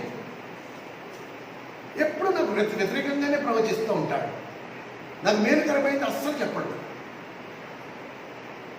కాబట్టి వీడు ఏం చేశాడు, ఈ 400 మందిని భజన పార్టీని పెట్టుకున్నాడు. ఇది ఏం చేయాలన్నా వాడు వెంటనే ఆ డోలు తీసుకొచ్చి వెంటనే డోలు వాయించేస్తుంటారు. తానా అంటే తందన తందన తందన తందన. ఓ రాజు, నా ఎరిగివాడ, నువ్వు కరెక్ట్, మొత్తం నీదే, నువ్వే రాజు, నువ్వే కింగ్, నువ్వే హీరో, నీ అంత పోటుగాడికి ఎవడలేడు. వాడికి అది సరదా. నిజం చెప్పినవాడు దరిద్రుడు, దుర్మార్గుడు. కనుక మీకాయా అని ఒకడు ఉన్నాడు, కానీ నేనంటే వాడికి అస్సలు కెట్టదు, ఎప్పుడు నా ప్రతికూలంగానే ప్రవచిస్తూ ఉంటాడు. మరి నువ్వు చెప్తే వాడికి యాకేసి పిలిపిస్తా అంటే, అయితే వాడినే పిలిపి అన్నాడు. వాడినే పిలిపి అంటే ఆ మీకాయా అనే ప్రవక్తకు అహాబు గురించి అన్నీ తెలుసు, వీడు ఎలాంటి వాడో కూడా తెలుసు. చదవండి, త్వరగా చదివేసి. పిలిపించి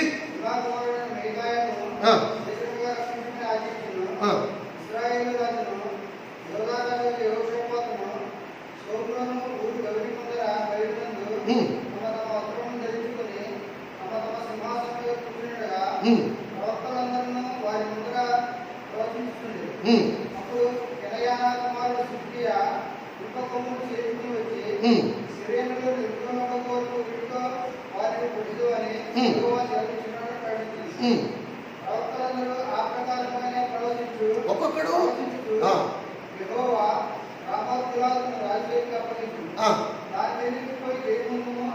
ఈ 400 మంది మొత్తం స్క్రిప్ట్ పనిచేసుకుని ఒక్కొక్కడు ఒక్కొక్క భాగం చెప్పుకుంటూ వెళ్ళిపోతున్నాడు. ఇదిగో నువ్వు ఇక్కడికి ఇక్కడి నుంచి ఇక్కడికి వెళ్తావు, అక్కడ ఇలా జరుగుద్ది, అక్కడ నువ్వు అక్కడ హతమార్చేసి నీకు విజయం వచ్చేస్తుంది, అక్కడి నుంచి ఫలానా చోటకి వెళ్తావు, అక్కడ నీకు విజయం వచ్చేస్తుంది, ఇక ఇలాగ నువ్వు రామోకి ఇలా మొత్తం నువ్వు ఆక్రమించేసుకుంటావు అని రాజుకి కంటికి కనిపించేటట్టు జరగనిది జరిగినట్టుగా చూపించి రాజుని ఒప్పింపజేసి రాజు మెప్పు పొందేసి రాజు ఇచ్చే కానుకలను వీళ్ళు జోలో వేసేసుకుని వీళ్ళు ధనవంతులు అయిపోయేటట్టు ప్రవచించడం మొదలుపెట్టారు.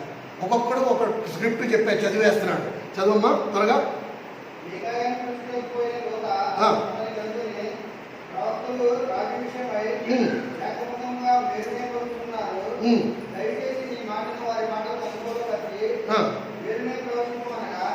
అంటే ఏం నిజమైన దైవజనుడు ఏం చెప్పాలో కూడా వీళ్ళే చెప్పించేస్తారు. అరే బాబు, వాడు నువ్వు మేలైందే చెప్పు కానీ కీడైంది ఏది వాళ్ళకి చెప్పొద్దు అని కూడా వీళ్ళే చెప్పేస్తారు. ఇక వాడిని ఎందుకు పిలవడం? 400 మంది ప్రవక్తలు అలాగే చెప్పారు, నువ్వు కూడా అలాగే చెప్పేసాయి. కానీ మనోడు ఇప్పుడు చూడు, మీకాయా జీవంతోడు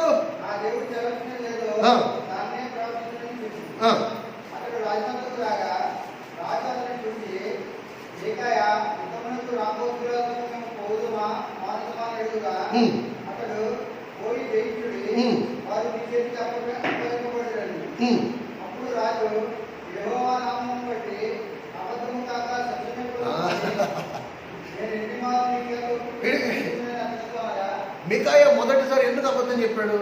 ఎందుకంటే వీళ్ళు అలా చెప్పించి తీసుకొచ్చారు.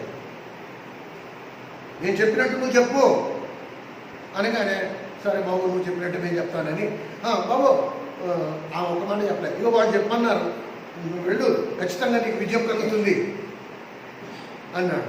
కానీ యెహోషువ చెప్పారు కదా, ఒక్కడు దేవునితో సంబంధం కలిగి ఉన్న వాడికి దేవుని దగ్గర నుంచి సంకేతాలు అందుతూనే ఉంటాయి. వీడు అబద్ధం చెప్తున్నాడు, సరిగ్గా వాడి చేత ఒట్టేయించి అడుగు అంటే యెహోషాపాతు కోపంగా అన్నాడు, యెహోవా జీవంతోడు, ఒట్టేసి నిజమే చెప్పు, అబద్ధం చెప్పొద్దు అంటే అతడు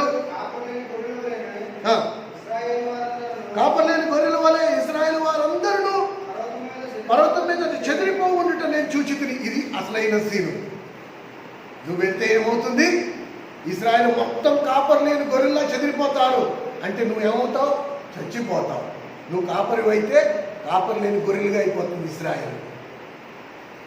అంటే నీకు ఓటమి తథ్యం. చదువు. యజమానుడు లేడనియు, ఆ, మీలో ప్రతివాడు తన తన ఇంటికి సమాధానంగా పోవాలనియు ఆ. యెహోవా సెలవిస్తున్నాడని ఉమ్, ఇశ్రాయేలు రాజు విని యెహోషాపాతుతో ఇట్లనెను, ఉమ్. ఇతడు కీడుకే గాని అదిగో ఆ మాట వినగానే అడిగాడు. నేను చెప్పానా వాడు రాకముందు నేను చెప్పానా వీడు దరిద్రుడండి, వీడు వచ్చాడంటే అపసగుణమే మాట్లాడతాడు వీడు. నేను చెప్పాను చూసా వాడు అసలు రూపం ఎలా బయట పెట్టేస్తున్నాడు. నేను రెట్టించి అడిగినందుకు వాడు అసలు రూపం బయట పెట్టేస్తున్నాడు. అనేక సార్లు దేవుని మాట మనకి చేదుగా ఉంటుంది. ఇక నేను అనుకున్నాను ఇవాళ మాస్టర్ గారు ఇవాళ నాకే చెప్తాను నేను అనుకున్నాను. చూసా నాకే చెప్తాను. ఇక్కడ ఆహాబు కూడా అదే మాట్లాడుతున్నాడు. ఇది చూసావా చదువు. ఇతడు కీడుకే గాని ఆ, ఆ విషయమే నేను అసలు అసలు నేను నీతో చెప్పలేదని అనగా, ఆ, మీకాయా యెహోవా మాట వినుడి. ఆ, యెహోవా తన సింహాసనం మీద ఆసీనుడైనప్పుడు ఆ, పరమండల సైన్యమంతయు ఆయన కుడిపక్కను ఎడమ పక్కను నిలబడి నేను చూసితిని. ఆ. ఇశ్రాయేలు రాజైన అహాబు రామోత్ గిలాదులోకి పోయి ఉమ్, పడిపోనట్టు ఎవడాన్ని ప్రేరేపించిన యెహోవా అడుగగా, ఉమ్, ఒకడు ఈ విధముగాను ఇంకొకడు ఆ విధముగాను ప్రత్యుత్తరించింది. ఉమ్. అప్పుడు ఒక ఆత్మ వచ్చి యెహోవా ఎదుట ఇది నిలబడి, ఇక్కడ ఆగమ్మా, ఇది చెప్పాలి అసలు మెయిన్. అసలు ఎవరు చేస్తున్నారు ఇదంతా? ఒకడు ఈ విధముగా ఒకడు ఆ విధముగా ఎందుకు చేస్తున్నాడు? మీకు ఒక విషయం చెప్తా. నిద్రపోయే వారందరూ ఒక్కసారి లేచి కళ్ళు నులుపుకుని జాగ్రత్తగా వినండి. సాతాను కొత్త నిబంధనలో మనం అనేక సార్లు బ్రహ్మపచ్చు ఆత్మ గురించి, మోసపుచ్చే ఆత్మ గురించి చదువుతూ వచ్చాం. అపవాది మోసపుచ్చు ఆత్మ పంపించి ఆ మోసపుచ్చే ఆత్మ చేత నిన్ను నన్ను మోసం చేస్తాడు. ఎలా మోసం చేస్తాడు? దానికి ఒక నియమం ఉంది. మోసము చెయ్యక మునుపు దేవుని దగ్గర పర్మిషన్ తీసుకోవాలి. ఈ విషయం తెలుసా నీకు? సాతాను నిన్ను మోసం చెయ్యక మునుపు ఫస్ట్ దేవుని దగ్గర పర్మిషన్ తీసుకుంటాడు. ఏమని? నేను వెళ్ళి మోసం చేయడానికి వెళ్తున్నా, నన్ను సెలవిస్తే నేను వెళ్తాను అంటే వెళ్ళమంటేనే వెళ్తాడు, వెళ్ళొద్దంటే వెళ్ళడు. సరేనా? ఆ మాట కూడా ఇక్కడ రాస్తుంది. ఇప్పుడు చదువుతాడు యోసేపు అన్న. ఆగండి, కంగారు పడతాడు. అయితే ఇప్పుడు ప్రశ్న ఏంటి? అసలు మనల్ని మోసపరచడానికి దేవుడు ఎందుకు అనుమతించాలి? ఎందుకు అనుమతించాలంటే నువ్వు నిజంగా దేవుని భక్తుడువా లేకపోతే సాతాను ఆరాధికుడువా ఎలా తెలుస్తుంది? నువ్వు దేవుని భక్తుడు అయితే మెలకుగా ఉంటావు, దేవునితో సంబంధం కలిగి ఉంటావు. ఏది దేవుని వలన పుట్టిందో, ఏది సాతాను వలన పుట్టిందో వివేచన శక్తి నీకు ఉంటుంది. దేనికి పడితే దానికి మొక్కవు. ఎవడు పడితే వాడి చేత ప్రార్థన చేయించుకో. ఎవడు పడితే వాడు తల మీద చేయి వేయనివ్వవు.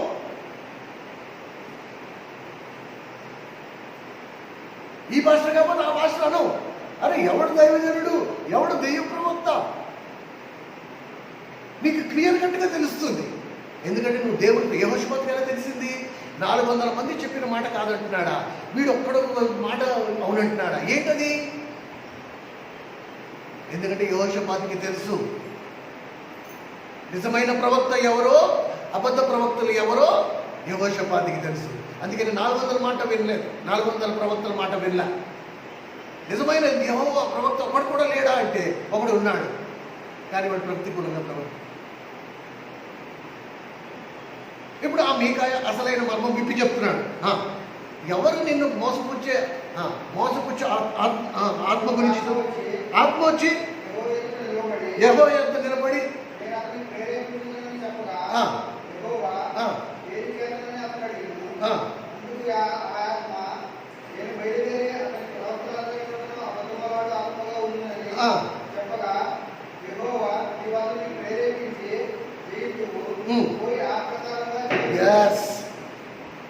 దేవుడు బ్రహ్మపచ్చు ఆత్మ, మోసపుచ్చు ఆత్మకు పర్మిషనే కాదు, విజయాన్ని కూడా ఇచ్చేశాడు.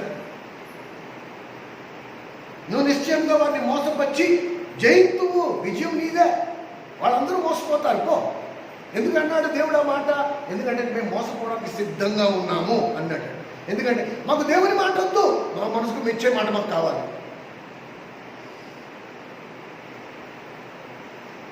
దేవుడు హెచ్చరిక మాటలు మాకు వద్దు, మా మనసుకు నచ్చే మాటలు మాకు కావాలి, వెన్న పూసిన మాటలు మాకు కావాలి. లేకపోతే ఈ సేవకుని నిలగొట్టేస్తాం, వీడిని పంపేస్తాం ఇక్కడి నుంచి. ఇలాగ బోధిస్తే ఎవడు ఉండడు సంఘంలో, అందరూ వెళ్ళిపోతారు. ఈయన వచ్చిన తర్వాత చాలామంది వెళ్ళిపోయారు, కానీ ఈయన వెళ్ళగొట్టేయాలి. సంఖ్య పెరగాలి, బ్రాంచీలు ఉండాలి, పరిచయం ఉండాలి. వీటన్నింటిలో దేవుడు ఉన్నా లేకపోయినా పర్వాలే.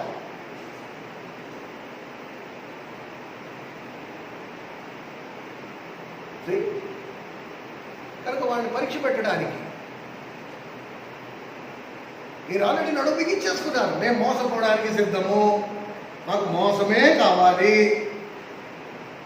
నిజమైన ప్రవక్త వచ్చి హెచ్చరిస్తున్నప్పుడల్లా మాకు అరికాల నుంచి మంట పుడుతోంది, వీడెప్పుడు మాకు ప్రతిఫలంగానే ఏడుస్తాడు అని మాకు కోపం వస్తుంది.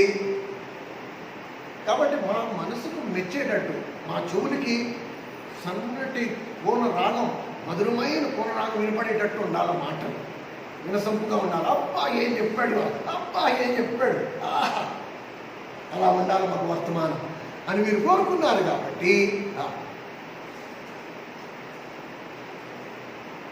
దేవుడు మోసపుచ్చు ఆత్మను ఇదే సందర్భం. మళ్ళీ కొత్త నిబంధనలు ఎలా ఉండొచ్చు, ఇదే సందర్భం. 2వ దశలోనికి రాసిన పత్రిక 2వ అధ్యాయం, ఇదే ఆఖరి వచనం. 2 Thessalonians 2వ దశలోనికి రాసిన పత్రిక 2వ అధ్యాయం.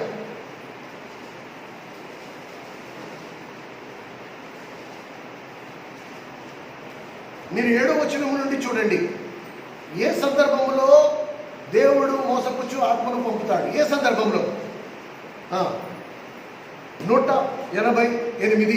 188వ పేజీ, కొత్త నిబంధన 188వ పేజీ, 7వ వచనం. ధర్మ విరోధ సంబంధమైన మర్మము ఇప్పటికే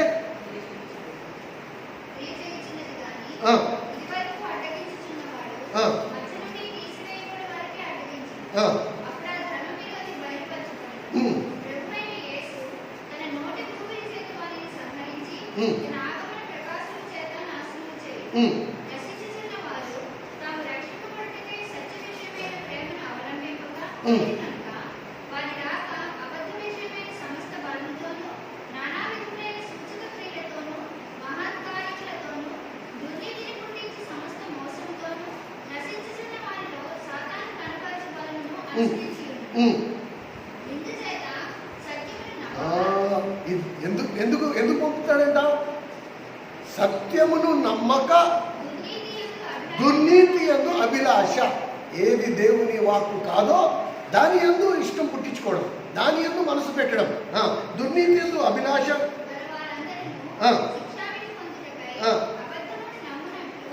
అబద్ధము నమ్మనట్టు మోసము చేయు శక్తి దేవుడు వారికి అర్థమైందా? Because you are careless. నువ్వు నిర్లక్ష్యంగా ఉన్నావు కాబట్టి, దేవుని ఆజ్ఞలు నీకు నచ్చలేదు కాబట్టి, దేవుని వాక్యం, దేవుని బాట నీకు ఇష్టం లేదు కాబట్టి, నువ్వు అనుకున్న దానికి ప్రతికూలంగా ఉన్నది కాబట్టి,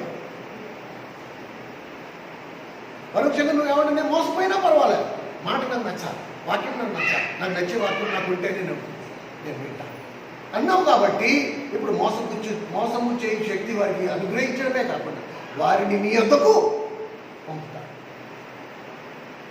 నువ్వు ఆల్రెడీ సిద్ధంగా ఉన్నావు కాబట్టి వాడు మోసం చేయి మాటలు నువ్వు నమ్ముతావు. నష్టపోయిన తర్వాత అప్పుడు నీకు మెలుపు వస్తుంది. బట్ ఇట్స్ టూ లేట్, చాలా ఆలస్యమైపోతుంది. కనుక సంఘము ఎంత ఆశీర్వాదమో ఇది మర్చిపోవద్దు. సంఘ విలువలు, ఆ మార్గము ఇరుకును, ఆ ద్వారము, ఆ మార్గం సంకుచితము, ఆ ద్వారం ఇరుకుదని, ఆ మార్గం కనుగొని వారు కొందరే. అందరూ ఇష్టపడరు.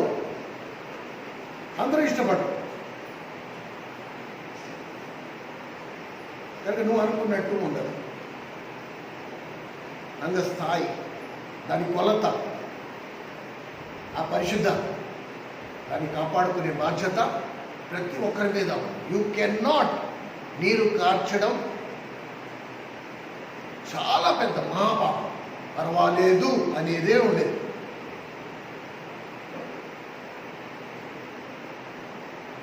దేవుని వాక్యము రెండంచెల ఖడ్గంగా ఎలాగైతే ఆత్మ ప్రాణములు వేరు చేస్తుంది, అలాగా పవిత్రతను అపవిత్రత నుండి నరికి వేరు చేయాలి. దాని కొరకు మనం చెడ్డైపోయినా పర్వాలి. ఇది దేవుని సంఘం. దేవుని సంఘంలో మనం అంగంగా ఉండాలి అంటే దేవుడు దయించు అగ్నిలాగా ఎలా ఉన్నాడో మనం కూడా అలాగే ఉండాలి. ప్రతి దాన్ని కాల్చేస్తూ ఉండాలి. అపవిత్రమైన దానిని మాడుస్తూ ఉండాలి, కాలుస్తూ ఉండాలి, బూడి చేస్తూ ఉండాలి, నిర్మూలం చేస్తూ ఉండాలి. సంఘం ద్వారా మనకున్న ఆశీర్వాదం అది. రేపు నేను అక్కడ సిగ్గు అవమానపరచబడకుండా ఈరోజు దేవుడు సంఘంలో నన్ను పెట్టి ఇక్కడ నన్ను సరిచేసి పరిపూర్ణతలోకి తీసుకొచ్చి ఎబ్రీ రాసిన పత్రిక 6వ అధ్యాయంలో సెలవిచ్చినట్టుగా మనం పరిపూర్ణగుటకు ముందుకి సాగిపోతున్నాం. ఇది సంఘంలో మాత్రమే సాధ్యం, బయట కాదు.